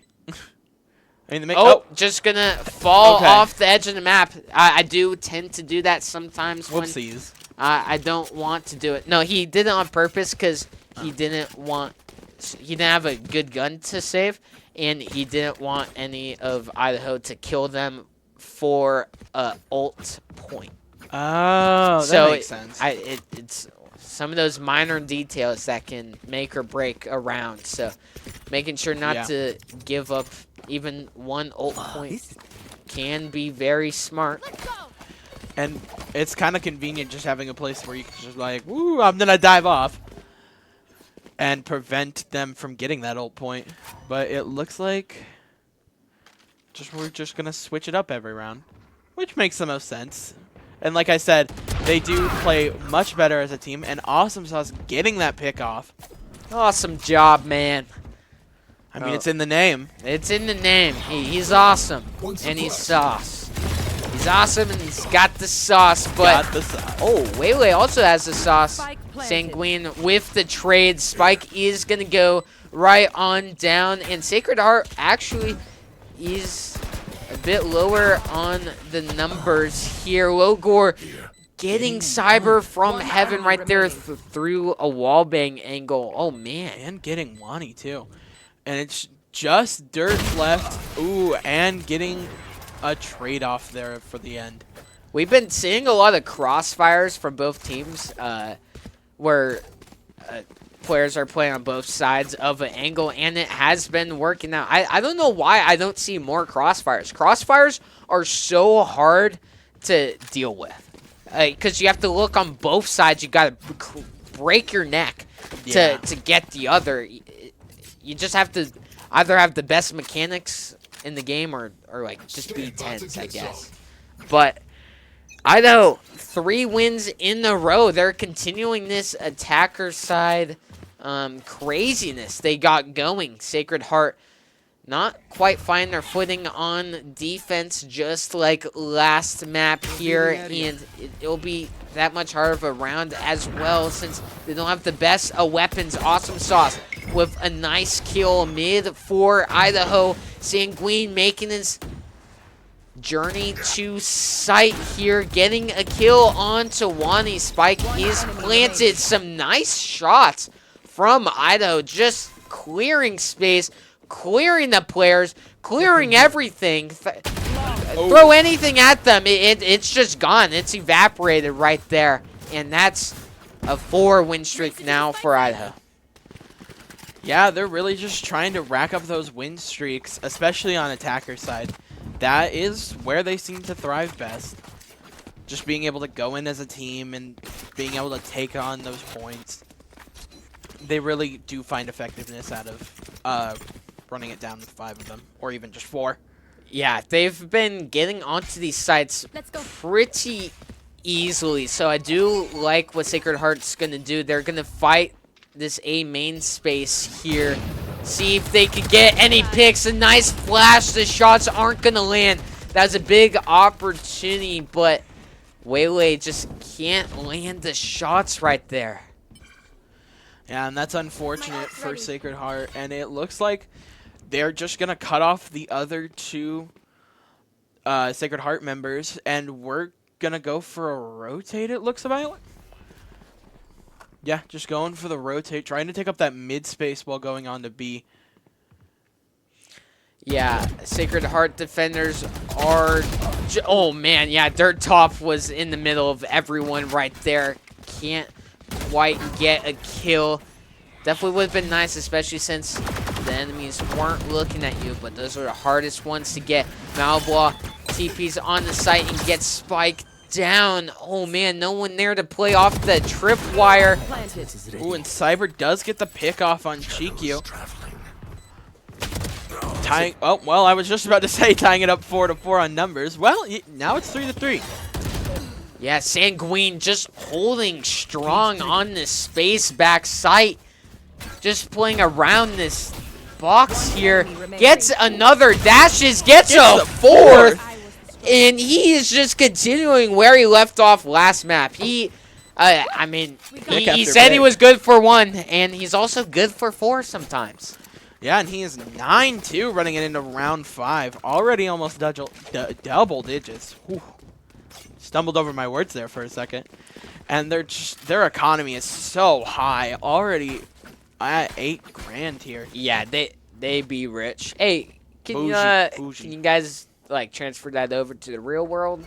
Over here? And then slide it over to me. Slide it over I'm broke. here. I need some.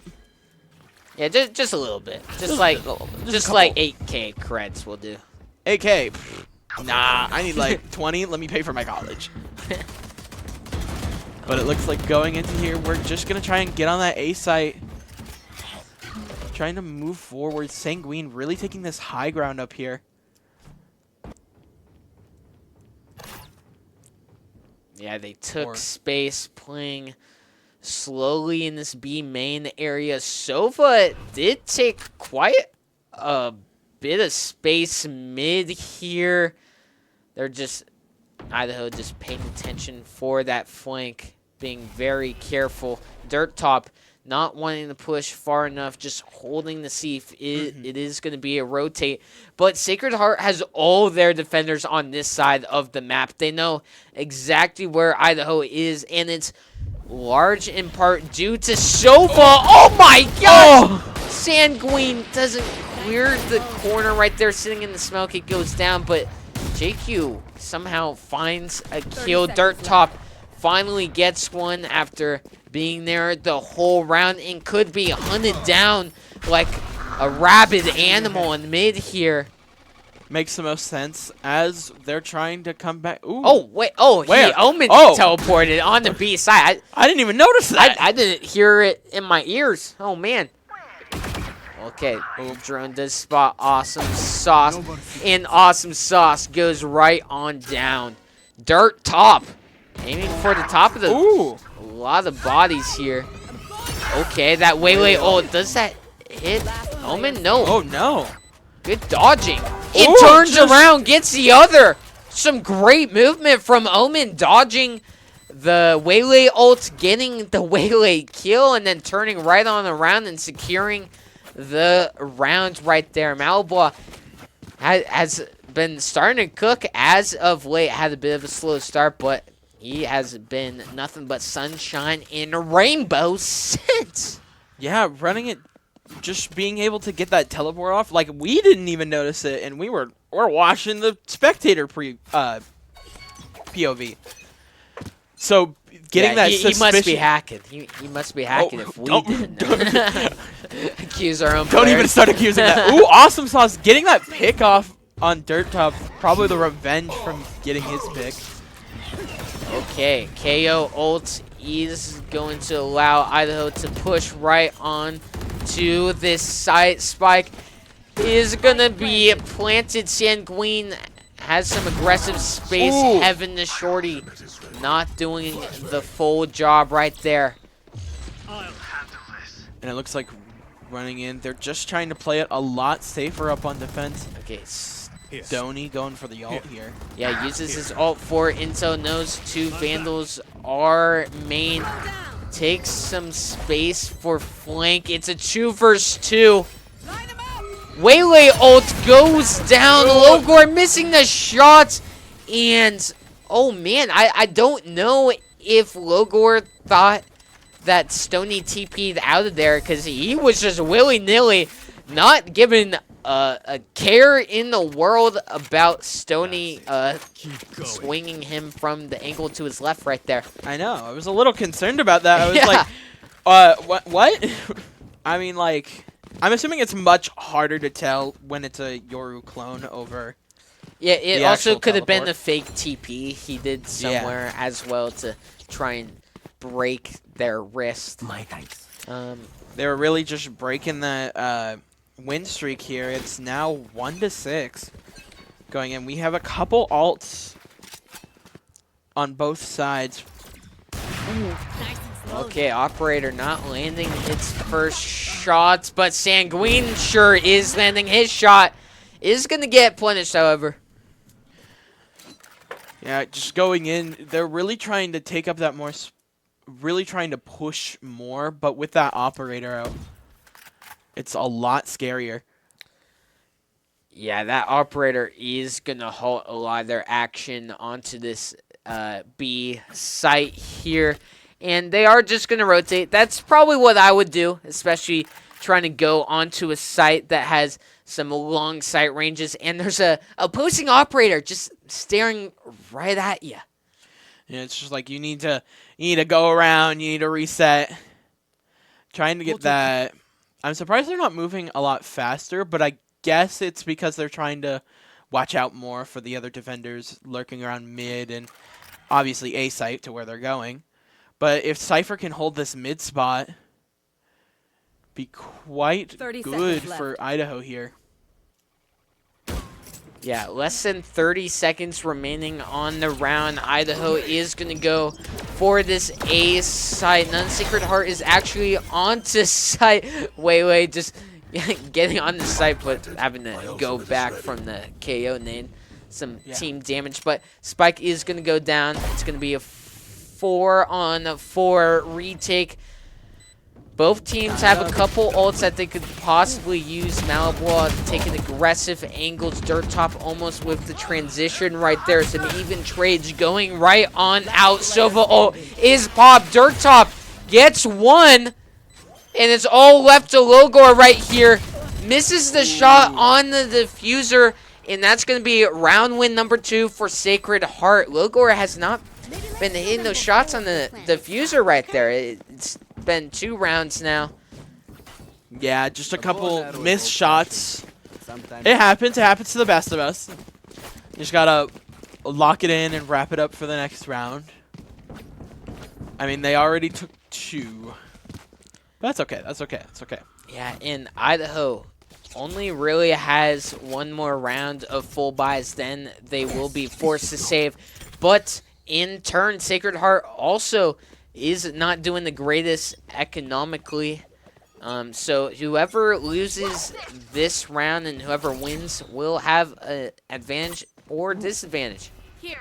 And it looks like we're gonna jet ult here, trying to push up that mid site and separate the teams out. Yeah, we haven't seen too many crazy pushes mid from Idaho, but they are really going down and deep onto this thing right here. And like Sanguine said, he's usually guaranteed at least 1 pick. And there's his pick. it is. He's good for 1. It's good for 1 when he goes down mid at least.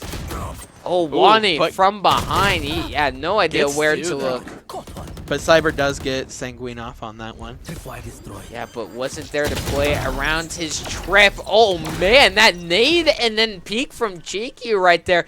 It's like he knew exactly where Cyber was. Oh boy, dropping the operator for the Vandal at the worst time possible. Lugor is going to find the timing on that one, and is just dirt top remaining here in a 1v4. Idaho just needs to play time, play smart. What? Dirt top gets one, not without Lugor taking off his head with the operator. Dang. Sorry. Sometimes Got real I just get excited into about it. that. Okay. We see him kind of go crazy for the camera right there. Kind of raise his arms up, like, look at me, mom. Oh, I thought we were watching the KO doing something way. Shout out way to funnier. Bro's mom. She's a real one. Oh, awesome. I actually didn't know that. Producers just told us Awesome Sauce's mom is in the crowd. And I did totally just say awesome to that. Man. Yeah. Wow. She It's was just our so guest easy to interview do. today. Oh, boy. Oh, okay. I was not aware. Wow, that's awesome. There's Awesome Sauce right there. Yeah. Just locked in, really trying to pay W Sun right there gets onto site. Spike is going to go down. Oh! Juicy collat. And the even juicier Awesome Sauce right there. You know he liked that. Sanguine getting one on Cyber. Awesome Sauce doing some Awesome Sauce stuff. And it's like he hears us. And hears his mom cheering in the crowd. Oh, man. Everyone, I want you to text your mom. Thank you. Yeah, it's after Thanksgiving. You might as well. Might as well. Might as well throw it on out there. And you could get a better Christmas present.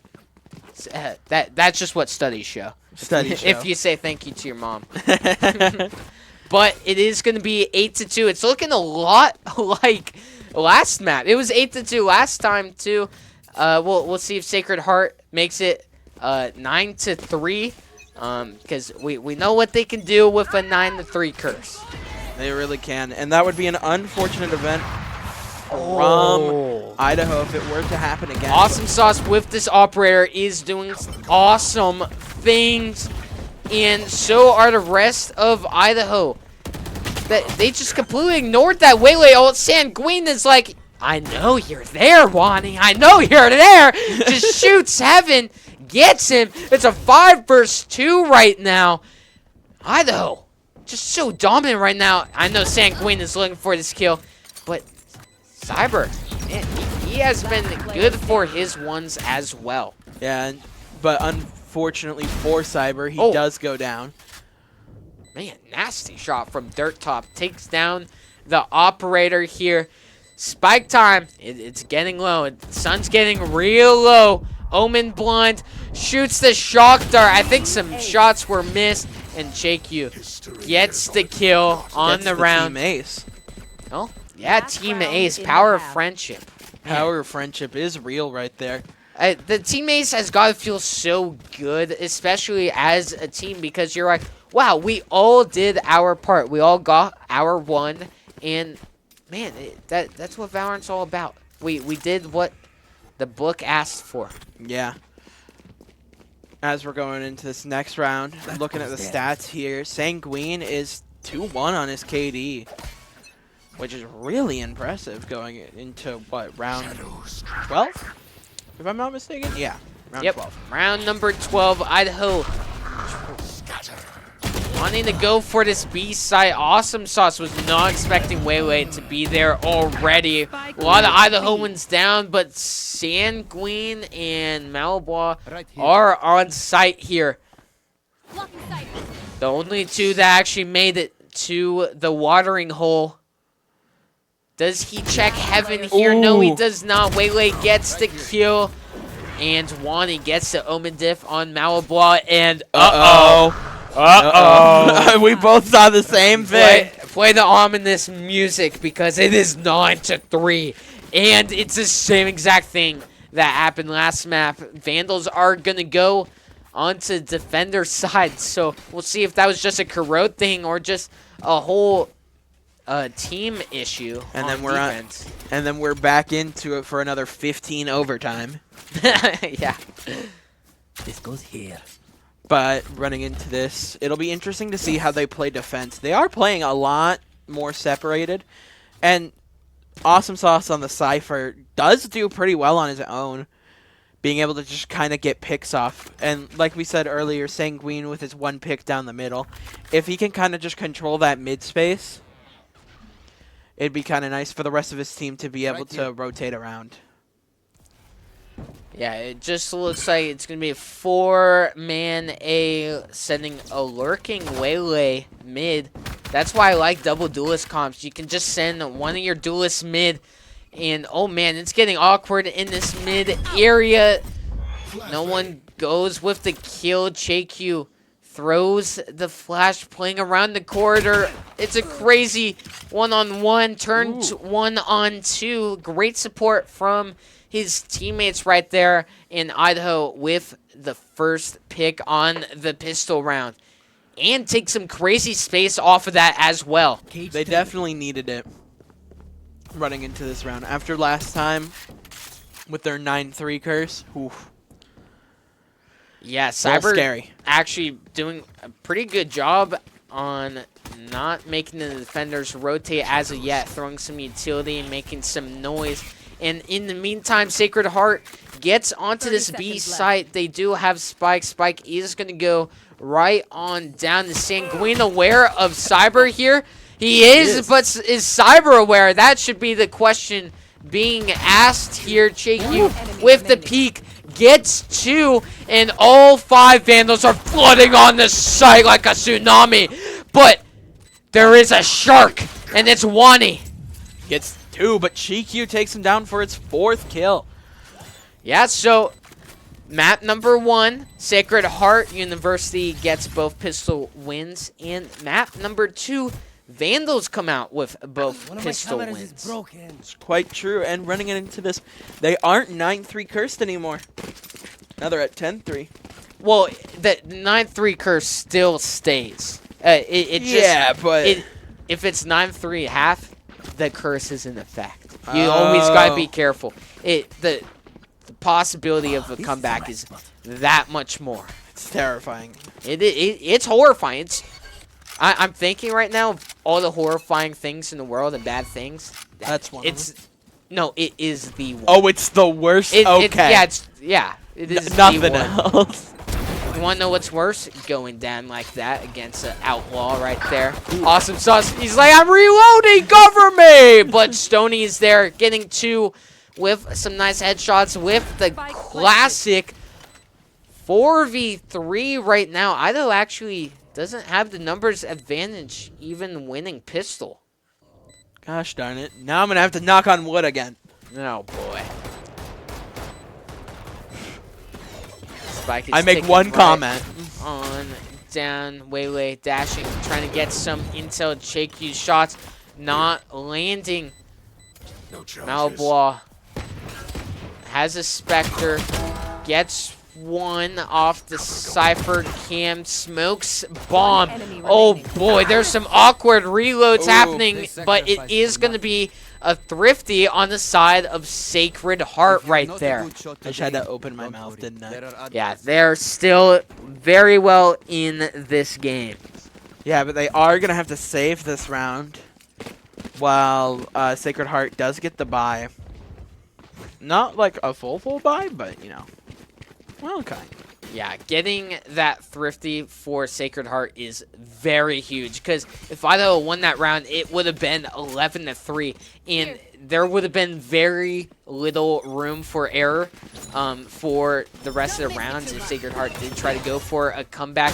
But here's a judge straight to the face. That's gotta hurt right there. That's gonna leave a mark. And unfortunately, they are all just stacked up on A site and only leaving 1 to B. So they do get the spike planted. Now they just got to go for a defensive play. Yeah, the gambling wasn't gambling for Idaho. And they're sending 2 into the mouth of a judge.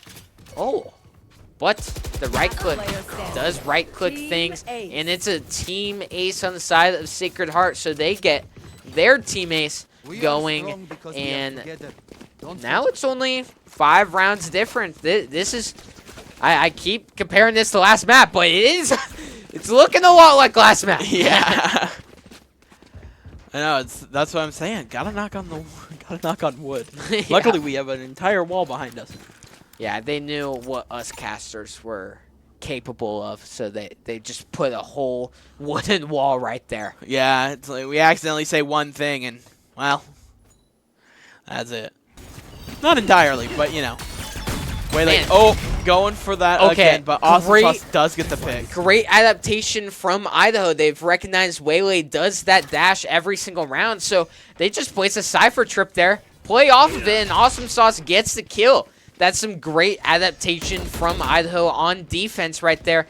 And Sacred Heart, you got to make sure you're kind of changing up the plays so you can't be red. But it is going to be a fast rotate, and it's only Malablaw on site for Idaho. Spike is going to go down. They don't know Malablaw is there. He only gets one onto site. Rest of the Vandals are rotating. It's a 4v2, so they should probably wait for their teammates to come before pushing onto site. Dirt Top does have Sova ult to work with if he can try and find some space. Okay. Oh, it looks like we're going to KO ult here. Last player Oh, standing. man. Okay. He gets the shot off on Stony. Logor gets it on Dirt Top. And that is round win number 11 for Vandals. They did have to pop the KO ult, but I do like that just to secure the round. You don't want to have what happened last map with a comeback. Secure your round wins. That's what you need to do at this point when you only need like 2 or 3 wins. Yeah, that's what's happening. It's 5-11 currently. And Sanguine, 17 and 12. Kind of nice. Not reaching 20 yet. Yeah, not as crazy as a game as last map, but that just means the rest of Idaho stepped up, and it's looking like that's what they needed. Right now it's looking pretty good here, but Sacred Heart is really, they keep on going to this B site, and it is kind of working out, but Sanguine gets a kill on Dirt Top. Awesome Sauce working right on the round. If you spam, you kill. If you spam, you kill. Ooh. He didn't hear me and gets judged instead. It's like, listen to me. I know you can't, but try your best. Oh, wow. And just in a blink of an eye, it's all left to Logor. But Logor, he's got an ability that can make a move in the blink of an eye. Could try and make something happen here. 2 of Sacred Heart players are fairly low. Poor Logar with the bad angle on the face cam. If he can try and separate some of these into ones he takes, then it is possible. But this great smoke on side Sacred Heart is going to make it pretty hard. And he might just end up saving here. Looks like he does. So that is going to be a round win from Sacred Heart. Just an absolute battle on the B site. And the gun duels went in favor of Sacred Heart that time. Yeah, it's quite true. I mean, they really do. They do want to save, being able to make sure that they can have some guns for the next round, because their economy is not as high as it could be. Yeah, honestly, that Vandal could be the only Vandal for Idaho this round. Going with the hero Vandal strat is what I like to call it. Just one man, one army, one gun, one It's drain. ironic. One Vandal for the Vandals. Yeah, you would think we'd be loaded with them. You'd think.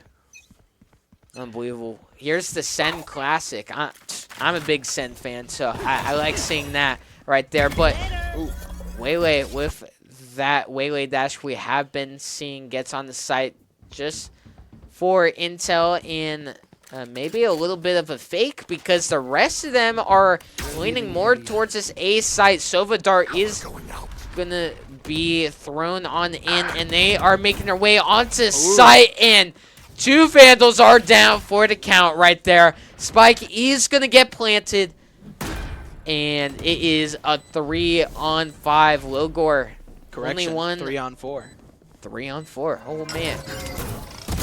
Okay, that stun does something, but it looks like it was a cosmetic stun because Logor ends up getting the kill, and it's a 3-on-3.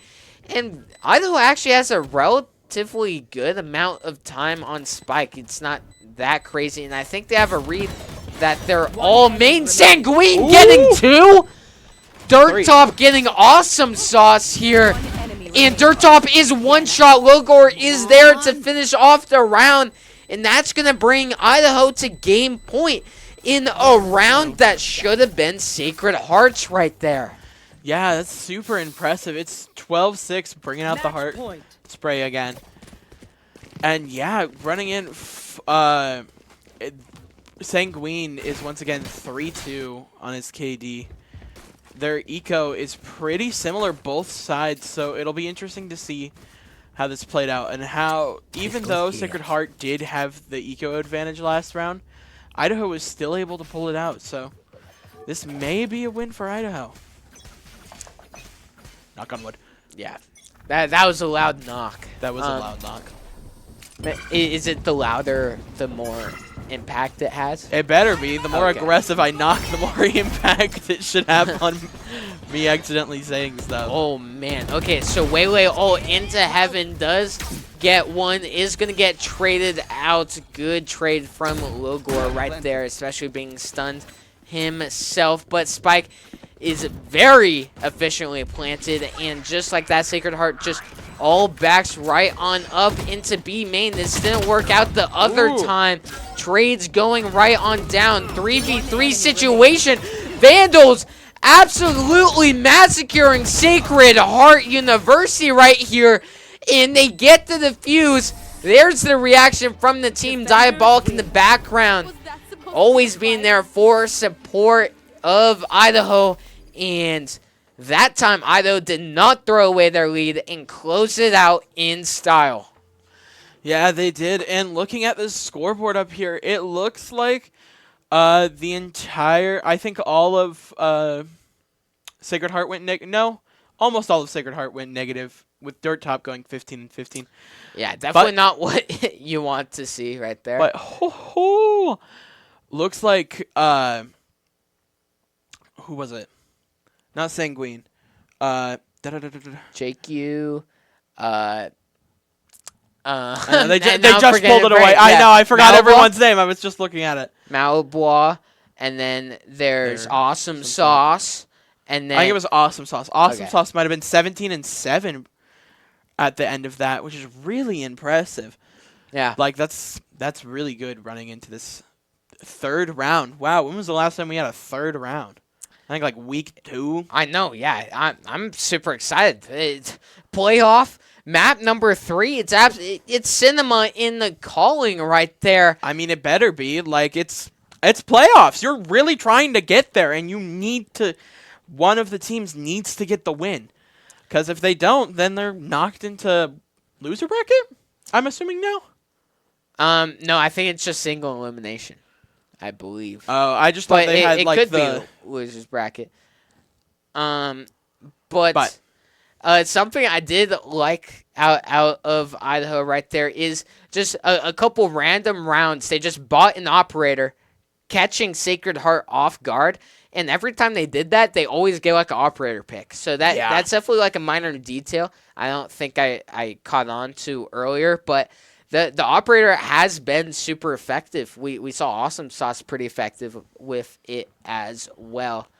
And I did double check, and there is actually a loser Oh, bracket there is? next. Yeah, Oh. it's just for third place match. Okay. I already have the results of the game before it. Wow. Oh, who ended up winning? PSU Valorant, which is Plymouth State Yep.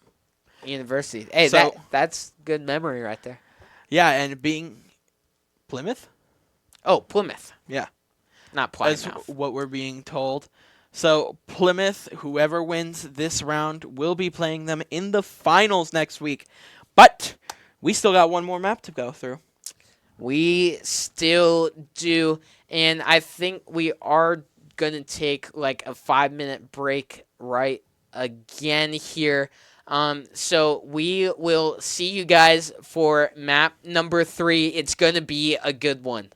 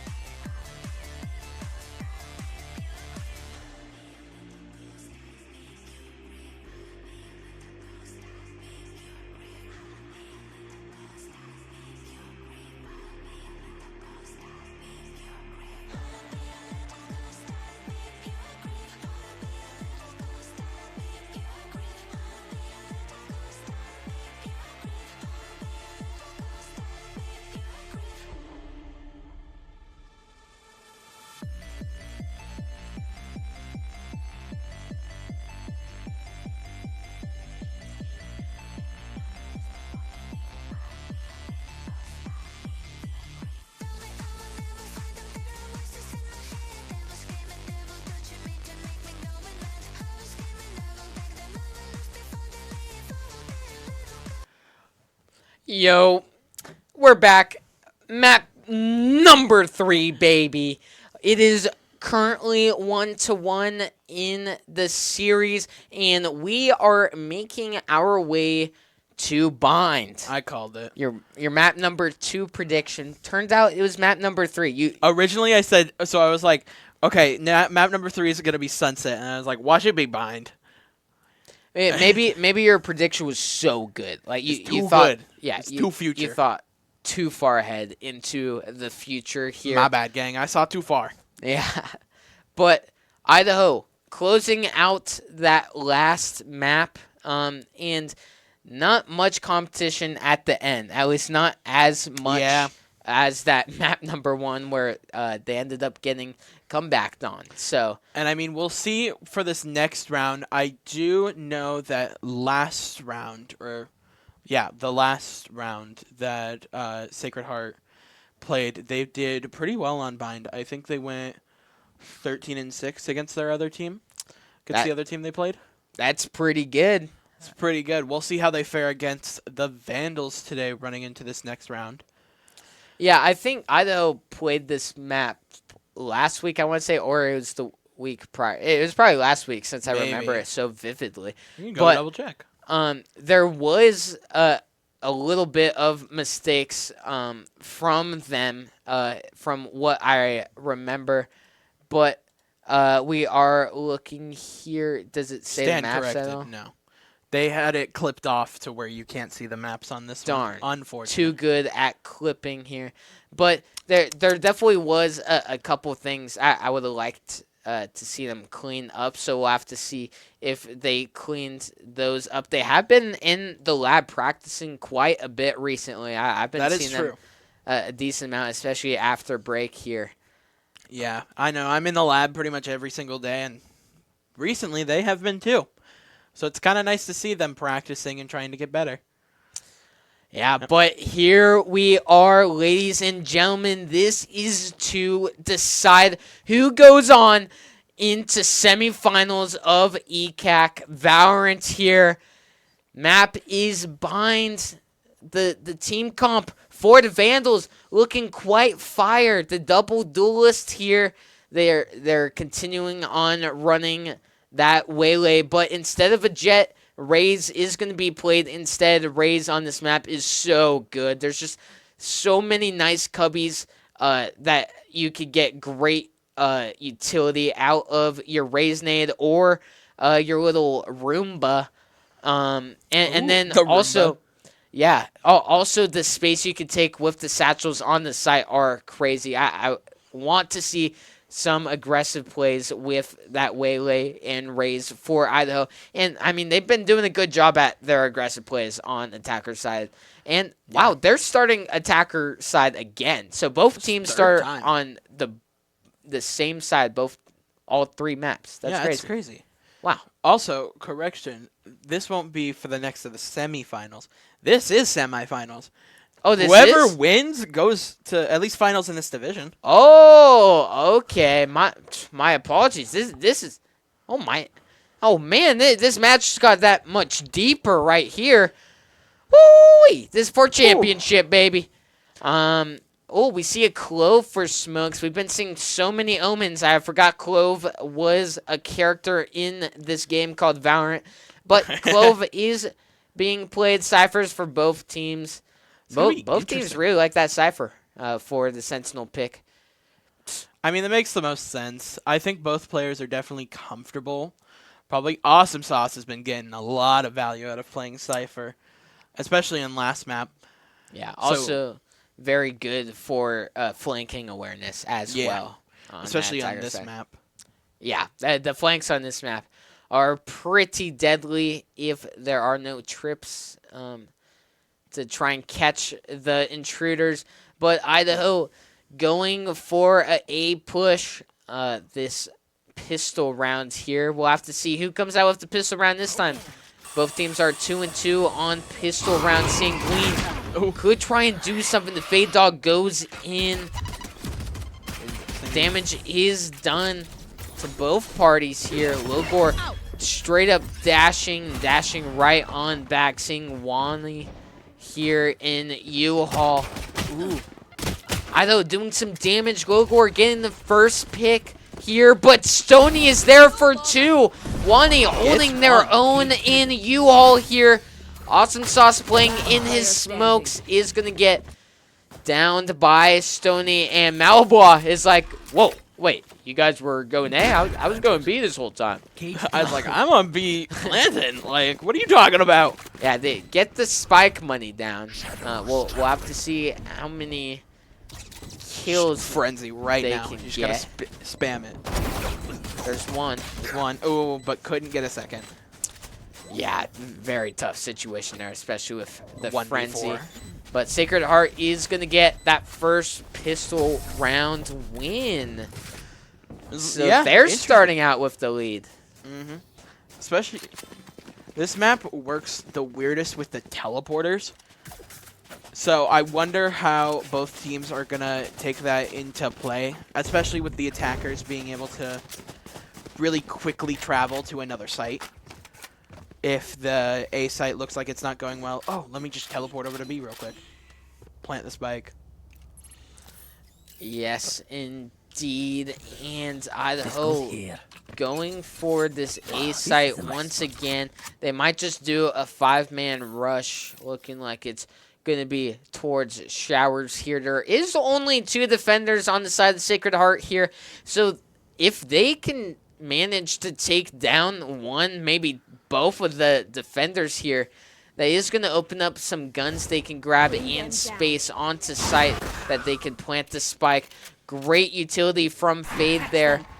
He now knows there are multiple Vandals right in Showers here. Which means they're probably going to go for the rotate, and it looks like they're going to rotate through mid.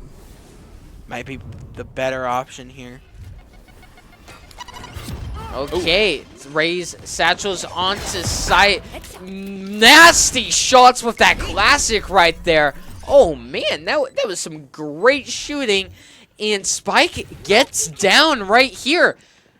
This is a little scary for Sacred Heart. This could be another Thrifty against them. Trades going out for both sides. Ooh, some Bucky Gaming is gonna give them the numbers advantage again. Malbois with the timing through the smoke. Goes on out, gets the pick. Doesn't realize Austin's behind him. Oh. But does get taken down by Stony there. Yeah, he doesn't have the best of weapon right there. And Malbois was trying to go around boxes right there. And do they have time to defuse? Oh, Yes! Oh, they wait, no, got they it. don't. No, they don't. It's a Thrifty. Oh, my goodness. that is That is barely. crazy. Great work from Idaho for all that stall right there. Playing in the smokes, playing like rats. That's what you have to do, especially if it's a Thrifty round. But, man, both times Sacred Heart has come out with the pistol win. Idaho just bites right back with a nice little Thrifty, damaging the economy for Sacred Heart. Has it been both times that Sacred Heart is? It's been 2 out of 3 times. Well, I know. Well, I was saying both times that Sacred Heart had won the pistol round, they got the Thrifty. Yes. Crazy. And it looks like going. Okay, Oh, great just the- utility to enter into Hookah. That textbook Valorant right there. Use all the utility you got to clear the corners. Yoru gets out of there just in time. Vandals are swarming onto this site here. Spike still isn't down. Wait, Malbois might actually have DC'd. Oh, man, and he's carrying Spike. That would be so unfortunate. Oh, he's back. He's back. Maybe he was just changing the Spotify song. Not the Spotify song mid-match. Wani from elbow gets one onto Logor here. This is going to be real tough, especially on 5 HP. Does have the rechargeable shield, so might be able to survive maybe one shot. One shot's all I give him now. Awesome Sauce gets the elbow lurker. And it's left to Raze to try and make something happen here. With 5 HP though. Yeah, Idaho in great positions for this post plant. They hear him running up elbow. Malbois gets the team ace for Vandals here. Now, they seem to get a lot of teammates, and that's their teamwork working in together. Really coming together to get all those kills, get those aces. Yeah, they did such a good job on entering onto that site, clearing out Hookah, getting that little rat defender with the shorty out of there, and then doing a good job pushing on the site with the raised satchels and the utility in the back for support. It was just... It was beautiful. It was just textbook. It's something Coach would be so happy about. Coach would just be so happy if he was around. They'd be proud. Be so proud of you. But running into this next round, it looks like they're going to play a little more split up. Where are you? Trying to bait out a lot more. Oh, he spots the Cypher trip. So that is going to be one Cypher trip down. That waylay stun is insane from Logor, and he gets that pick. Really getting Wow. a good stun off. Oh, awesome sauce. Is he going to clear this left corner here? No, he does not. Unfortunate. Gets punished. Good play from Raze. Malbois, where is he? Where's his man TPing to? He is just going to get canceled out wherever it was. Stoney gets one traded out. Cyber in the back with the Odin. We saw how he was last map, or the first map with that thing. Yeah. But, man, Idaho just breaking ankles on the mini-map, going through teleports. That's kind of what you want to do on bind on attack, and it is working. Spike is planted. Wani, elbow. Ooh, does get one pick off on Chiku Last here. player standing. Ooh, and it is a 1v3 for the Vandals. It is Logor here. Spike is just getting diffused, wanting with the one tap onto him to tie it on up. Back with the ties again. Wonder if we'll just be back and forth until overtime. That'd be interesting. That would be interesting and Makes more super. sense. Show. It'd be cinema for this game number 3, map number 3 here. Yes, it would. And it would really show how hard that both teams are trying to make it to that finals of their bracket right now. So it looks like we're going to go up A site here. Wow. Aggressive Yoru ult right off the bat. That's going to get all the intel. They know exactly where all of Idaho is. And off the Yoru ult, Raze gets the kill. And Chiku just stands in the nade and takes it like a good boy right there. It is for the 3 numbers. And, oh, man. Yeah, a little bit of a mess up from Idaho. Sure, they don't have the best of guns, but they pick up the rest of the guns in showers. But Sacred Heart knows exactly where they're coming from. They got a Odin here. They got the Vandal looking here, Odin looking there. It's not looking good, and they also have a Fade flanking from behind. Do they have the read? Going. Where's she going? Yeah, 30 seconds remaining here. Omen Tiki straight into the line of sight of Cyber. Cyber finds 2. Logor going right on back and is going to get flanked from behind from Dirt Top, who hits the clean hit to the head on Logor to finish business. Finishing them off, but coming into here, Chiku and Logor both have ult, but so do 3 of Sacred Heart. Running it down, Cypher, Raze, and Clove ult. For a minute, I forgot who that was. Yeah, so 2 kind of solo ults and 1 intel ult. So some good ults for like taking space. Yeah. But that's about it. No real team killing ults they have. But Idaho does have a Waylay ult and Fade ult. Great ults for pushing onto site if they do want to use them.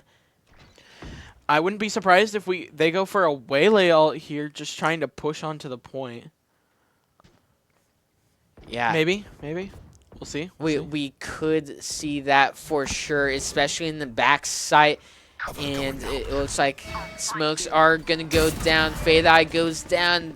Trip is broken. And here comes the execution here. I do like that trip right there from Awesome Sauce. Trying to catch off any elbow lurkers. Yeah, and I stand corrected. They don't even need the Waylay ult to just go on up. No, they do not. That was a great call from Idaho.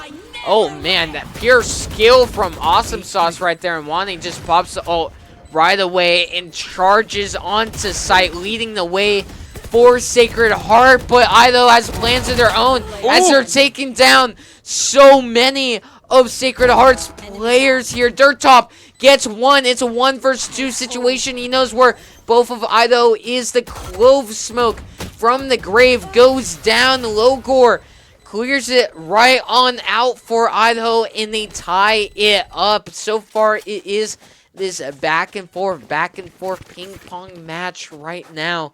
Not and the back I and forth. am here for it. I am too. It makes for an exciting match, but I also don't want to be here till 10. Yeah. We are not going to be here for a 3-hour game. Or we could. Hey, 30 to 28 is my prediction. 30 to 28. I'd be leaving here by 20. 20. Like, okay, It's like what, Brad, you got the rest of this one. It'll be a tie. Do a 3-way in championships or something. How would you even do that? I don't know. Oh, here's that fade ult we were talking about, paired with the raise ult. Misses. I'm gagging right now. That was not what Sanguine planned to do. Perfect definition of a Rosa ult. Maybe it was just a learning lesson. Oh man, Dirt Top somehow already here in flank, super fast flank, gets one of Idaho. Oh, and Cypher ult comes out. Okay. So GQ is able to get the pick off on Dirt Top. Yeah, and it's a 4-on-2. Cypher Camp picks up Wani. Wani is still going to be scanned by this thing. It's going to be super dangerous if he stays still to try and take it off. But, oh man, Stoney plowing his way through U-Haul. Just a brute force, but does not have time to defuse this spike. In Idaho with that quick plant is going to take the round right there. A smart save from Sacred Heart, recognizing there was no time. Maybe get a couple kills and get right on out, disturb the economy a little bit. And both teams are basically, they're both middle class right now. They're both middle class. A middle class? Yeah, that sounds about right. Cause they got the guns. They're Kinda. not broke. It's not save. They're not that broke. Well, if anything, I mean, if they I've lose gone this to- round, they'll be broke. That's for That's- sure. Both yeah, these that's- teams. that's very true. So running into here, it looks like we're gonna go B site Bring them down. on Okay, a that Bucky. Oh, Fade gonna dog. go for the grenade. Definitely the best option to try and pull and them out. stays in that corner. That's so crazy there. Just spamming through the smoke with the Bucky. And yeah, that's going to be a dangerous hookah to try and take if you're Idaho. What? Huh? What? Okay, What? both raises just absolutely missing and throwing away their ultimates here. Stoney is able to get a pick on Sanguine, but Logor takes it back with another pick. And they know Bucky is on the left, and they take hookah right there. They just keep trying fighting it, and it ends up going their way right here. They have hookah space, but they're like, you know what? We don't even want hookah. We want A. That's what we want right here. But there is a Cypher anchor. Cyber is here. Let's see if he can cyberpunk all over Idaho right here. Does get one, and is going to go for the Cypher ult. Yeah, that's some great intel, especially for Cyber. Maybe if he wants to play up. No, he's just going to wait for his team. Definitely the smart move here. Oh, takes Does get out one. Malbois as well. I forget Cypher just turns bald. Yeah, he just loses his hat, and he doesn't have hair under it, so it's just. Hey, it's okay to be balding in the Big 25. Oh man, the shots don't line up quite right for Awesome Sauce. That was a nice try from him, but Wani does Back take him to out. the tie. A bit too much to ask for from Awesome Sauce. Anyone? He did have the peak. I like the peak, but now it's going to be a timeout. Yeah. Gonna go for the timeout here. Wondering what they're going to discuss. Maybe try on how they can get out of this trading back and forth of points. Yeah, there has been a lot of close rounds from both teams here. You can definitely tell the map 3 energy is here. Both of these teams are fighting to stay alive in this tournament and stay alive for a chance at first place here. But maybe in this timeout, I don't know. I've been really liking the Vandals post plants a lot. I think the positions they are taking is very nice. Just having 1 or 2 in the main areas, and then have a couple sneakily onto site doing some damage here. But some great retakes on the side of Sacred Heart here. It's been some great Valorant from both teams. Both of them have been playing better than the previous maps, is what I would like to say. Yeah, that's very true. And going into this next one, it looks like they are gonna rush it down A again. I mean, they have been having some solid work going down A site, but Wani is gonna get the pick, just spraying through on Logor. Wow, I think Wani was totally going. Oh, Sanguine just from the sky. Malablois, where is he from?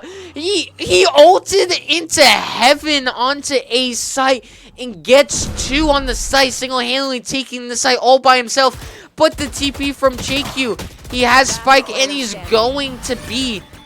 Oh, he goes straight into a trip.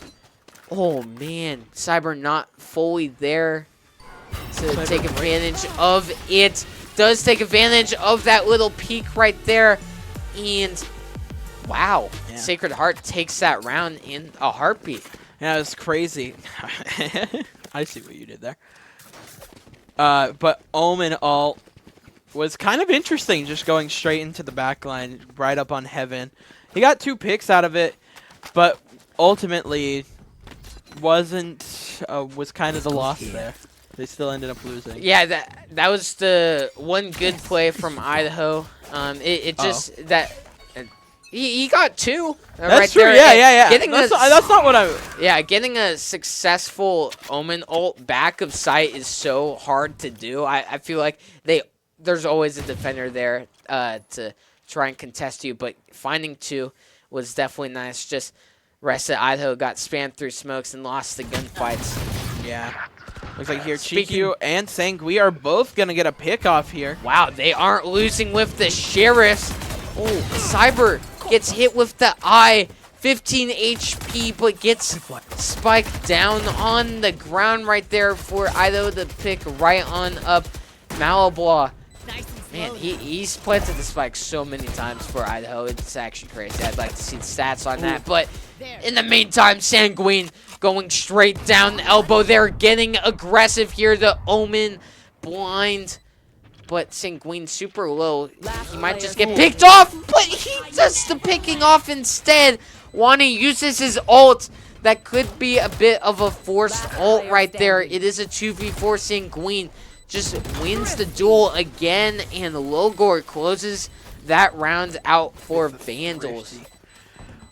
Well, just going back and forth on the trades. One wins one wins another, then they win 2, and then another one comes back, and it's just... Yeah, I have been back. really liking these takes on B site for Idaho. They are doing a very curious job of clearing out hookah with all the utility. They're doing such a good job using their utility to clear corners. I love to see that. Not you would think everyone does it, but no, not everyone does it.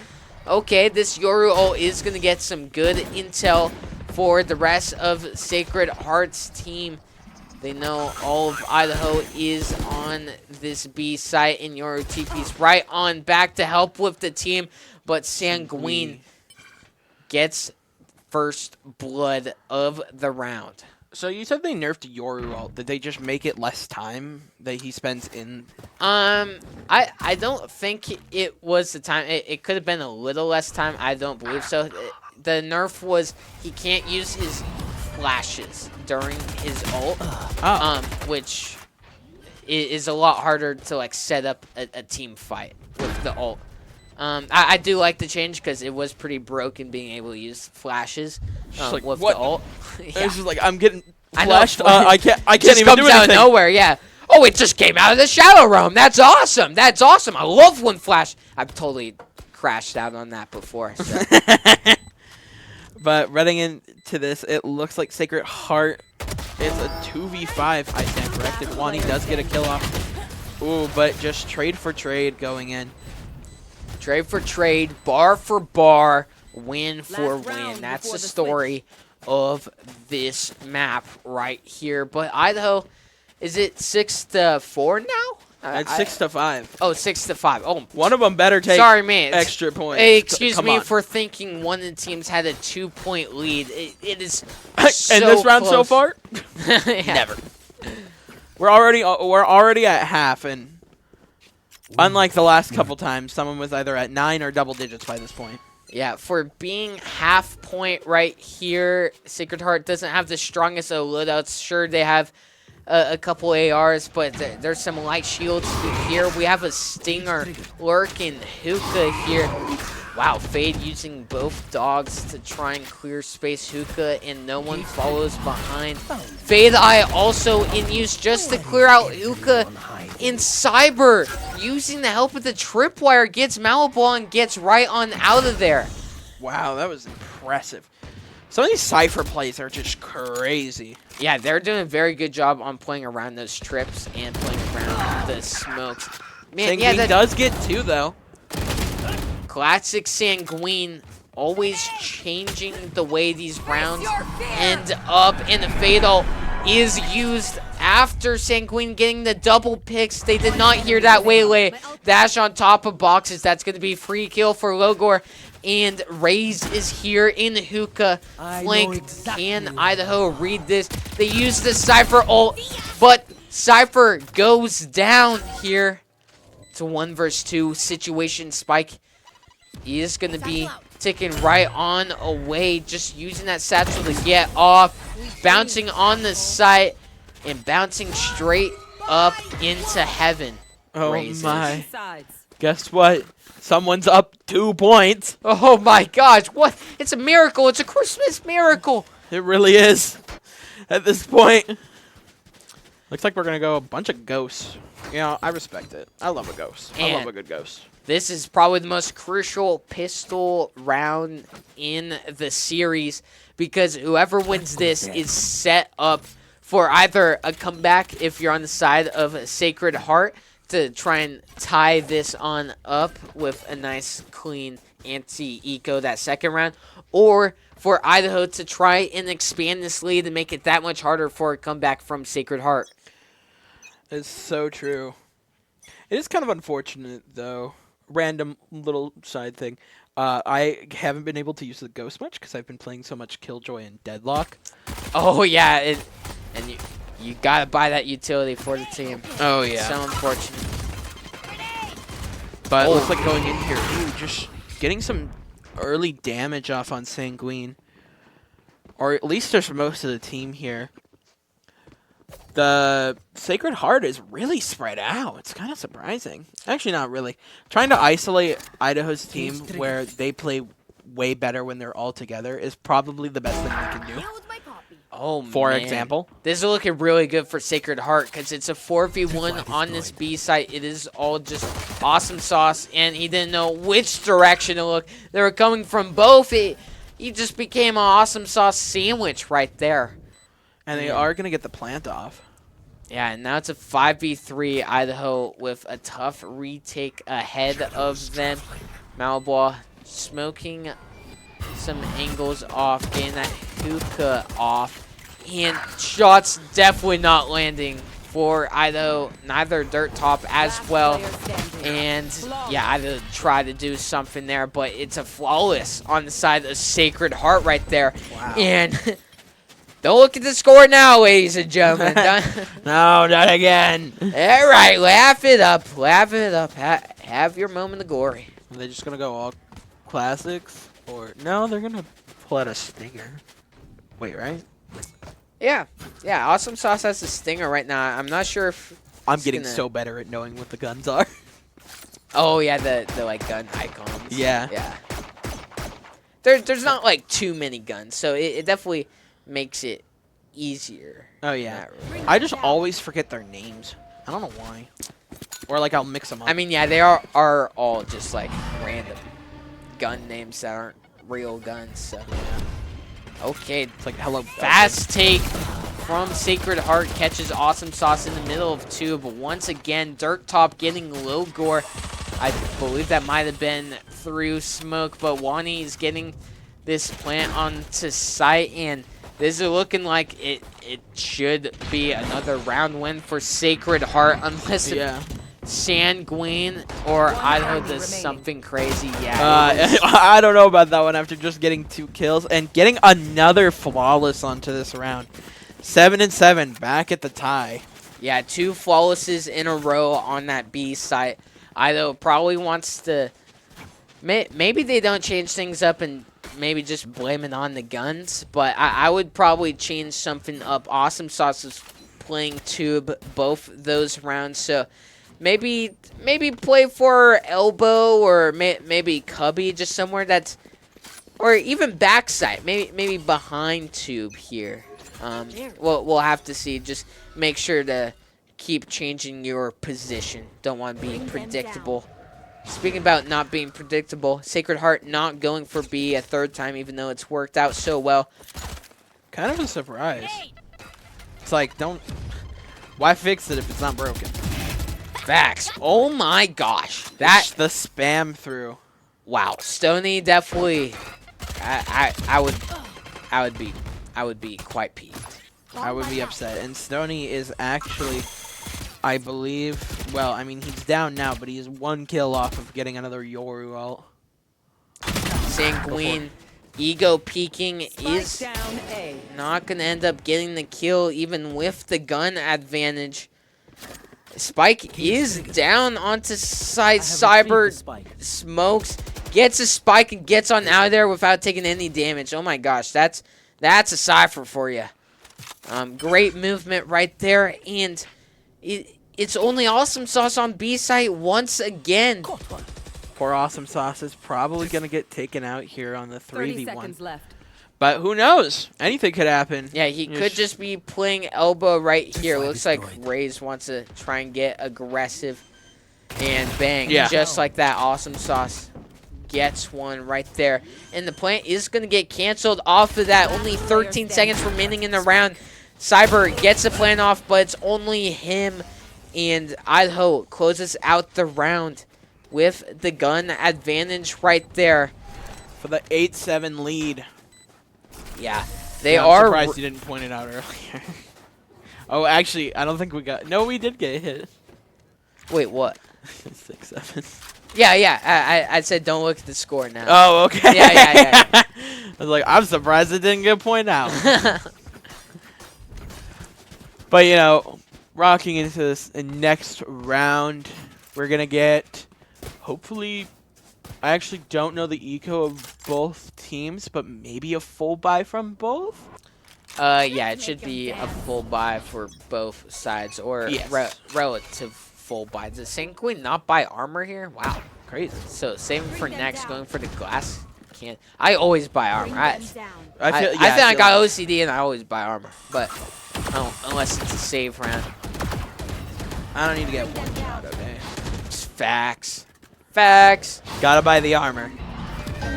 Wow, Sacred Heart taking some crazy space in showers already. JQ taking a bit of damage from some utility and chip damage. Sanguine getting one Malbois. getting a nice trade out on dirt top here. Well, it's going in. The raise is quite low, but the Omen goes down.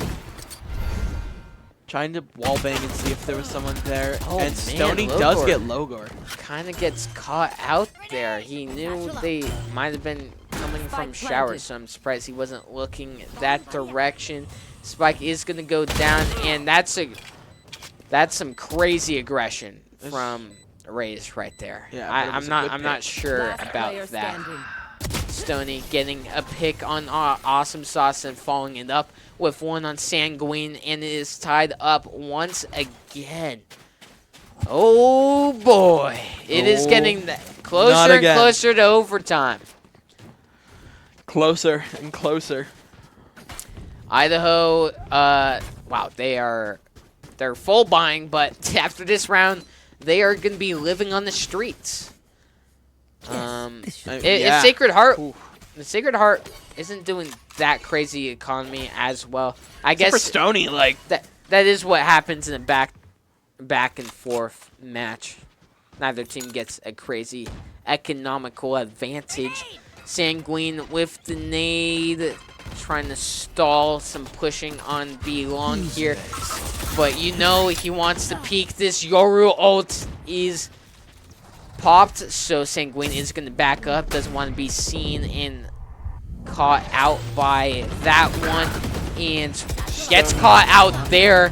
2 Vandals go down here. 3 now. Malablaw back to the site, doing some damage. Not enough. It's a 1 vs 3 for Logor here. Coming through spawn. Spike actually isn't down yet. I know, I was going to say, Yoru, plant the spike already. Yeah. Spike planted. From elbow. Logor only has a bulldog as well. He's just kind of stuck here. Yeah, and that smoke is going to allow for Logor to pass through, maybe try and get through elbow here. Raze is here and gets the kill, securing the lead for Sacred Heart once again. Okay, 9-8, and We're getting scary close back to overtime. yeah, Sanguine got kind of caught out there with a lot of utility being used in the corner and try to satchel on out there. Might just want to just back up even more. Not play an aggressive corner, just play elbow. Play somewhere safe. Play for your life here, especially with all these back and forth kills. You definitely want to try and play it safe if the aggression does not work out in the beginning. Yeah, that makes the most sense. I mean, honestly. And, you know, running into this next round, it looks like, yeah, they're just going to play a little more split up. Probably trying to single out Awesome Sauce here. Idaho has been stacking heavily on A site, leaving B site mostly to Awesome Sauce on most rounds here. And there is no mid to take control over. Well, I mean, there kind of is, but not really. Yeah, it's mainly mains. Speaking about main, Dirt Top gets Logor from main. There is a lurking Raze on B site as well, but Spike is going to get planted. Sanguine couldn't quite hear the actions of his enemies with that. But here we go. Heard the satchel. Raze gets the kill. And Awesome Sauce with a classic isn't enough to take down Raze. Oh boy, and now it's 10-8. This is starting to get scary for Idaho now. They have to try and make something happen here. String a couple of rounds together. Great timeout from them. Their timeout placements have been very nice. Yeah. I think so far, isn't it 2 timeouts per round? Per half? 1 timeout per half, but like 1 for each team. Oh. So it's I up at least to knew 2. that. Yeah. Oh. I just thought that they got hit with 2 timeouts. Idaho. I thought they hit 2, but It it might have been during overtime. Yes. Yeah, during you overtime, get that- 1 extra if it is overtime as well. I am. We'll have to see what Idaho goes for defensively here. Nothing is really working out too well for them on defense. It has been their struggle throughout this series. Timeout is going to go on away, and I'm curious to see if they give Awesome Sauce a bit more help on to B site here, even though... They are a little. Waylay's gonna stick with Awesome Sauce here. Okay, I do like that. They have a lot of faith in their Sentinel anchor on this B site. And it looks like Sacred Heart is just going to play this round slow, try and play for a pick, get some intel, see what site to go to here. So we'll see a couple scuffles. We'll have to see which way these scuffles turn out in favor of Sanguine. Wow, pops this ult. Does he clear this corner? Oh boy. If he went left, he could have got Wani there, but unfortunately didn't think about it. Yeah, I think that was just a bit too early of a pop from Sanguine. Like, you know they can run away from it. Oh boy. Ooh, 10 HP there.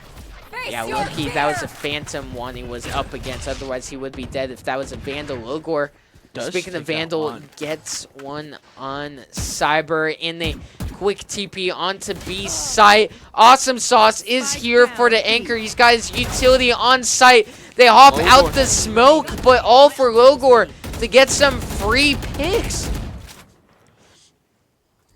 And now it's just the poor Glove at 10 HP. This is the most winnable situation I've ever seen in my life. Oh, from the Clove? Yeah. Yeah. Oh, if you aren't winning this, I want you off the team. You're actually a noob if you're not winning this. Facts. It is 10 seconds 10 remaining, seconds so left. I mean, he's doing the smart thing and just saving his gun with 10 HP. Not really much you can do about it. You kind of just got to accept it. But there we go. A much-needed round win for Idaho to keep being competitive in map number 3. Oh, We're getting boy. close to the end. 9-2. Anyone's game here. Idaho gets the win right after the timeout. Yeah. Their timeouts have been very effective. I love, like, when they've been timing out, that's when I would have timed out. So, like, I love all the timeouts. It's like you lose a couple rounds, you're like, okay, reset the mental, reset the game plan, and keep on going. And that's what Idaho does here. Not losing it towards the pressure here. Sacred Heart really trying to get onto this B site. But their fade is also just super low. Yes, a lot of spams through blocks here. Just a lot of chip damage. No one's quite on the site. Oh, man, that fade glue is going to put Sanguine in dangerous situation. Oh, man, Ray's caught in mid-air. Not the satchels to go for, especially with Malablaw there lasering you. Sanguine there for the trade. A lot of trades coming on out. Malablaw finds 3. Oh boy, wants to use the ult. Just might have been the overheat. Oh my god, uses the ult to dodge the Clove ult, so Clove dies. Genius from Malablaw, and he doesn't just ult, he ults in the backlines and gets the final kill. Malablaw has been putting together such good rounds. Like they've had Malablaw rounds. Like, yeah, it's just a round where he gets 4 kills. And we have at least a minimum of 3 rounds left, if I'm not mistaken. You aren't?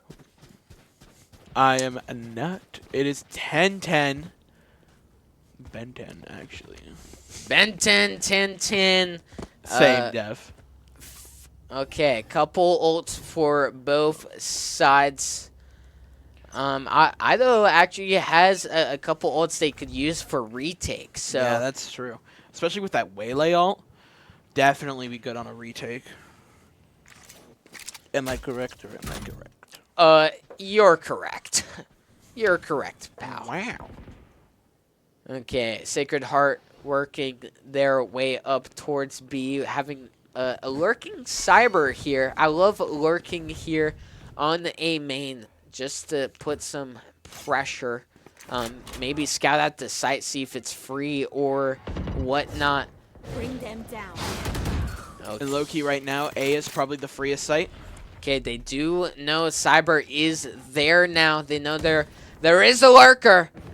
Some great fade utility, but the rest of Sacred Heart is on this B site, which is going to be tough to try and grab, especially with all this Cyber utility. He doesn't know the cam is right there. You always got to be looking for the cam. Omen ult was used. Oh, wait. Was it? I swear I heard an Omen 30 ult seconds was left. No, used. because we already have I think I'm tripping on Omen right now. Yeah, But might be. wow, fast rotate through the portals on the side of Sacred Heart here. They're getting onto site. They're getting the spike down. Some damage is being done through the boxes, but it's not enough to stop the spike. Fade ult is used here.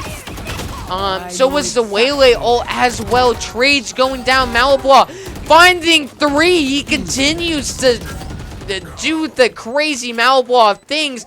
Yoru ult is being used. One enemy remaining. Gets out of it. Logor gets 2. Crazy 1v2. That was to insane. close out the round. Malablaw set it up. Logor closes it on out. That's the team play our JV squad is known for, and they take the lead in the series on the map number 3 right here, only needing 2 round wins to close it off. Malablaw, his placement onto site has been crazy. A lot of people he is shooting don't even know he's shooting at them because his movement on site is so unpredictable. He's finding open spots. He's being there. He's doing Omen things with their teleport. Where are Bro, Omen's teleport is actually kind of crazy. It is very crazy. If it didn't have a sound cue, it'd be the most broken utility in the game, and I stand by that. Nah, I would agree, because even like Waylay and Jet, how you're able to like get onto point so fast, but you don't pretty much just get a teleport. I mean, Yoru's teleport is also really nice. But running it into the next one, it looks like they are going to go on this B site because Cypher is just by himself. Wow, Sacred Heart has really been slowing down the pace of these rounds, and they were being very effective with fast-paced rounds, so I am really wondering why they're going for the slow approach. I guess I'm saying slow approach, but in the time I was there yapping about their slow approach, they made their way on the site, getting spiked down, and a easy first pick. And Idaho has struggled with these retakes onto B site here. The chokehold from spawn is just sometimes too much to try and get out of, but if Sanguine can do some damage from elbow here, could open it up. Sanguine does do the damage from elbow. Malablaw gets 1 as well. Gets a second. Continues. Oh, Ray's coming from behind. You never know where he's coming from that nade. He's going to get the planter. He gets 3. It's a 1-on-1. He's just sticking. No, he's not. He has the short. He gets it out. Doesn't have time. What a clutch from Schmick right there. Oh, man. I did not realize time was that low. I was wondering why the Vandal Diffuser was just sticking it. They were going to die. I wasn't even aware of time either. Like, oh my goodness, what a clutch right there to tie up the game. That was a 1v4. And able to get the clutch win out is crazy. And it is now 11-11. Running it to this side, they're probably trying to keep Cypher a little more protected on this B site, but knowing how the Vandals like to play, Sacred Heart is just going to run it down B. Yeah, if they execute onto this site, I mean, it's looking scary for Idaho. The retakes have not been there, especially for this B site.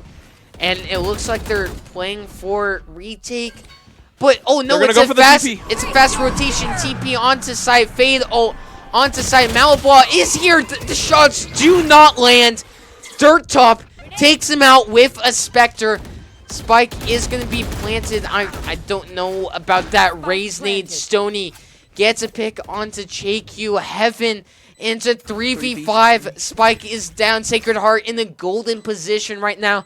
And they are just backing up, playing it safe. Sanguine has to try and make something happen. U-Haul doesn't fully clear out his corners. Rest of Idaho working together. Heaven here. Dirt Top taking off the head of Logor's friend. And Logor, he might just save for match point next round. Raze is on the hunt as well. They can afford to. They're going to be able to buy next round. So why not go on the hunt? But, oh boy, it is match point in the series for Sacred Heart. Idaho needs to try and force this in the overtime if they want any chance at making it to the championship. And it looks like they're going to go for a timeout here. Kind of weird. Seeing from Sacred Heart. I think they just want to close it out. You do not want to get this to overtime. If you're Sacred Heart, it'll just add that much more pressure on winning the round. Looking at the ults, no one really has ults. I see a Omen ult, but that's about it. Maybe a couple are close on ult orbs, but man, oh man, this is going to be a round to end all rounds right here. This is for the map. This really is especially for Sacred Heart. Yeah. If they don't win this and we go into overtime, they have to win 2 more. That's the same for both sides. Yeah, I really think Idaho should respect the B play. I think the awesome sauce holding it like works, but okay, I like this. Yeah. 3 of them on to B for Idaho on defense here. And their retakes on A have been way better as well. So being a bit stronger sided on this B side, I like for them a lot. And it looks like Sacred Heart is just going to play this slow once again. Play for pick Sanguine. Oh! Oh boy, he got so lucky right there. He did not see so close. The Cypher Cam scan him as he was trying to get that ult orb. Oh, man. He's really trying, because he's 1 away. He's just 1 little part. If he gets a kill here, oh, man, he's getting chipped out. He's really trying for his kill. Just gonna back up, try and play it safe now that he is damaged. But Cyber takes out Awesome Sauce on the B site. And, oh no, the Vandals are just all spread out. Oh, GQ goes down. Raised from behind Logor. But Logor takes out Stony. Oh, it's a 2v4 for Vandals. Malabwa and Sanguine. 2 players that have pulled out some pretty crazy hero plays for the Vandals. Do they have what it takes to pull off this miraculous retake right here? Spike is now just planted. Sanguine dodging the trip that is going to be heard and seen from Cypher Cam. Malabwa gets 1 onto Cyber. It's a 2 versus 3. Time isn't the worry right now. Malabwa gets another. It's a 2v2. Gets a bit too aggressive on the site. Sanguine. It's all left to him. Vandal's dreams to be kept alive. He's at 30 HP. 1 shot, and he is dead. He gets 1! But getting healed up by the Raze ult! Losing the round and knocking them to the losers bracket for this season. Devastating defeat right there. Almost with that 2-4 clutch comeback. They played so well into this. The JV team doing their best to try and take it out here, but unfortunately, just getting so separated and getting picked off. Oh man, that was a stressful one. Stressful. That one's got my heart pumping. Going crazy. Wow. Yeah. But Sacred Heart really just clutched up at the end there. Great play from their Rays, holding on to that ult for the exact moment. He could have used that right away against Sanguine during that 2v2 situation, but instead he opted to play for time with the ult and recognized that there wasn't much time, so he can use the ult freely and to secure the kill.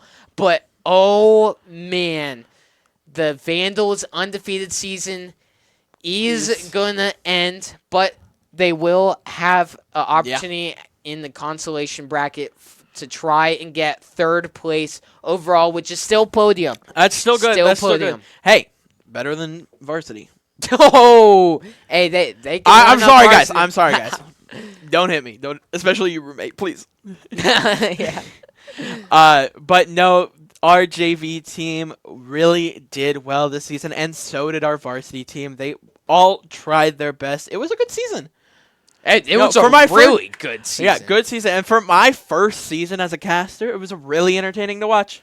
Yeah, there was a lot of games that were just pure cinema. We saw so many comebacks. We really did. And honestly, that map 3 wouldn't have happened if Sacred Heart didn't do that 9-3 comeback in map number 1. It would have just been a 2-0 if Vandals closed that map out. So, man, just we're learning life lessons here. Never give up. 9-3 in life. Don't give up. Don't give up. But yeah, here's on a that couple crazy play back there. Yeah, Sanguine with the final moments. That would have been the craziest clutch I would have ever seen right there. Oh, and we'd still be casting it because we still have overtime to go through. But unfortunately, they did lose. Although that is a great way to lose off, just from a big explosion at the end.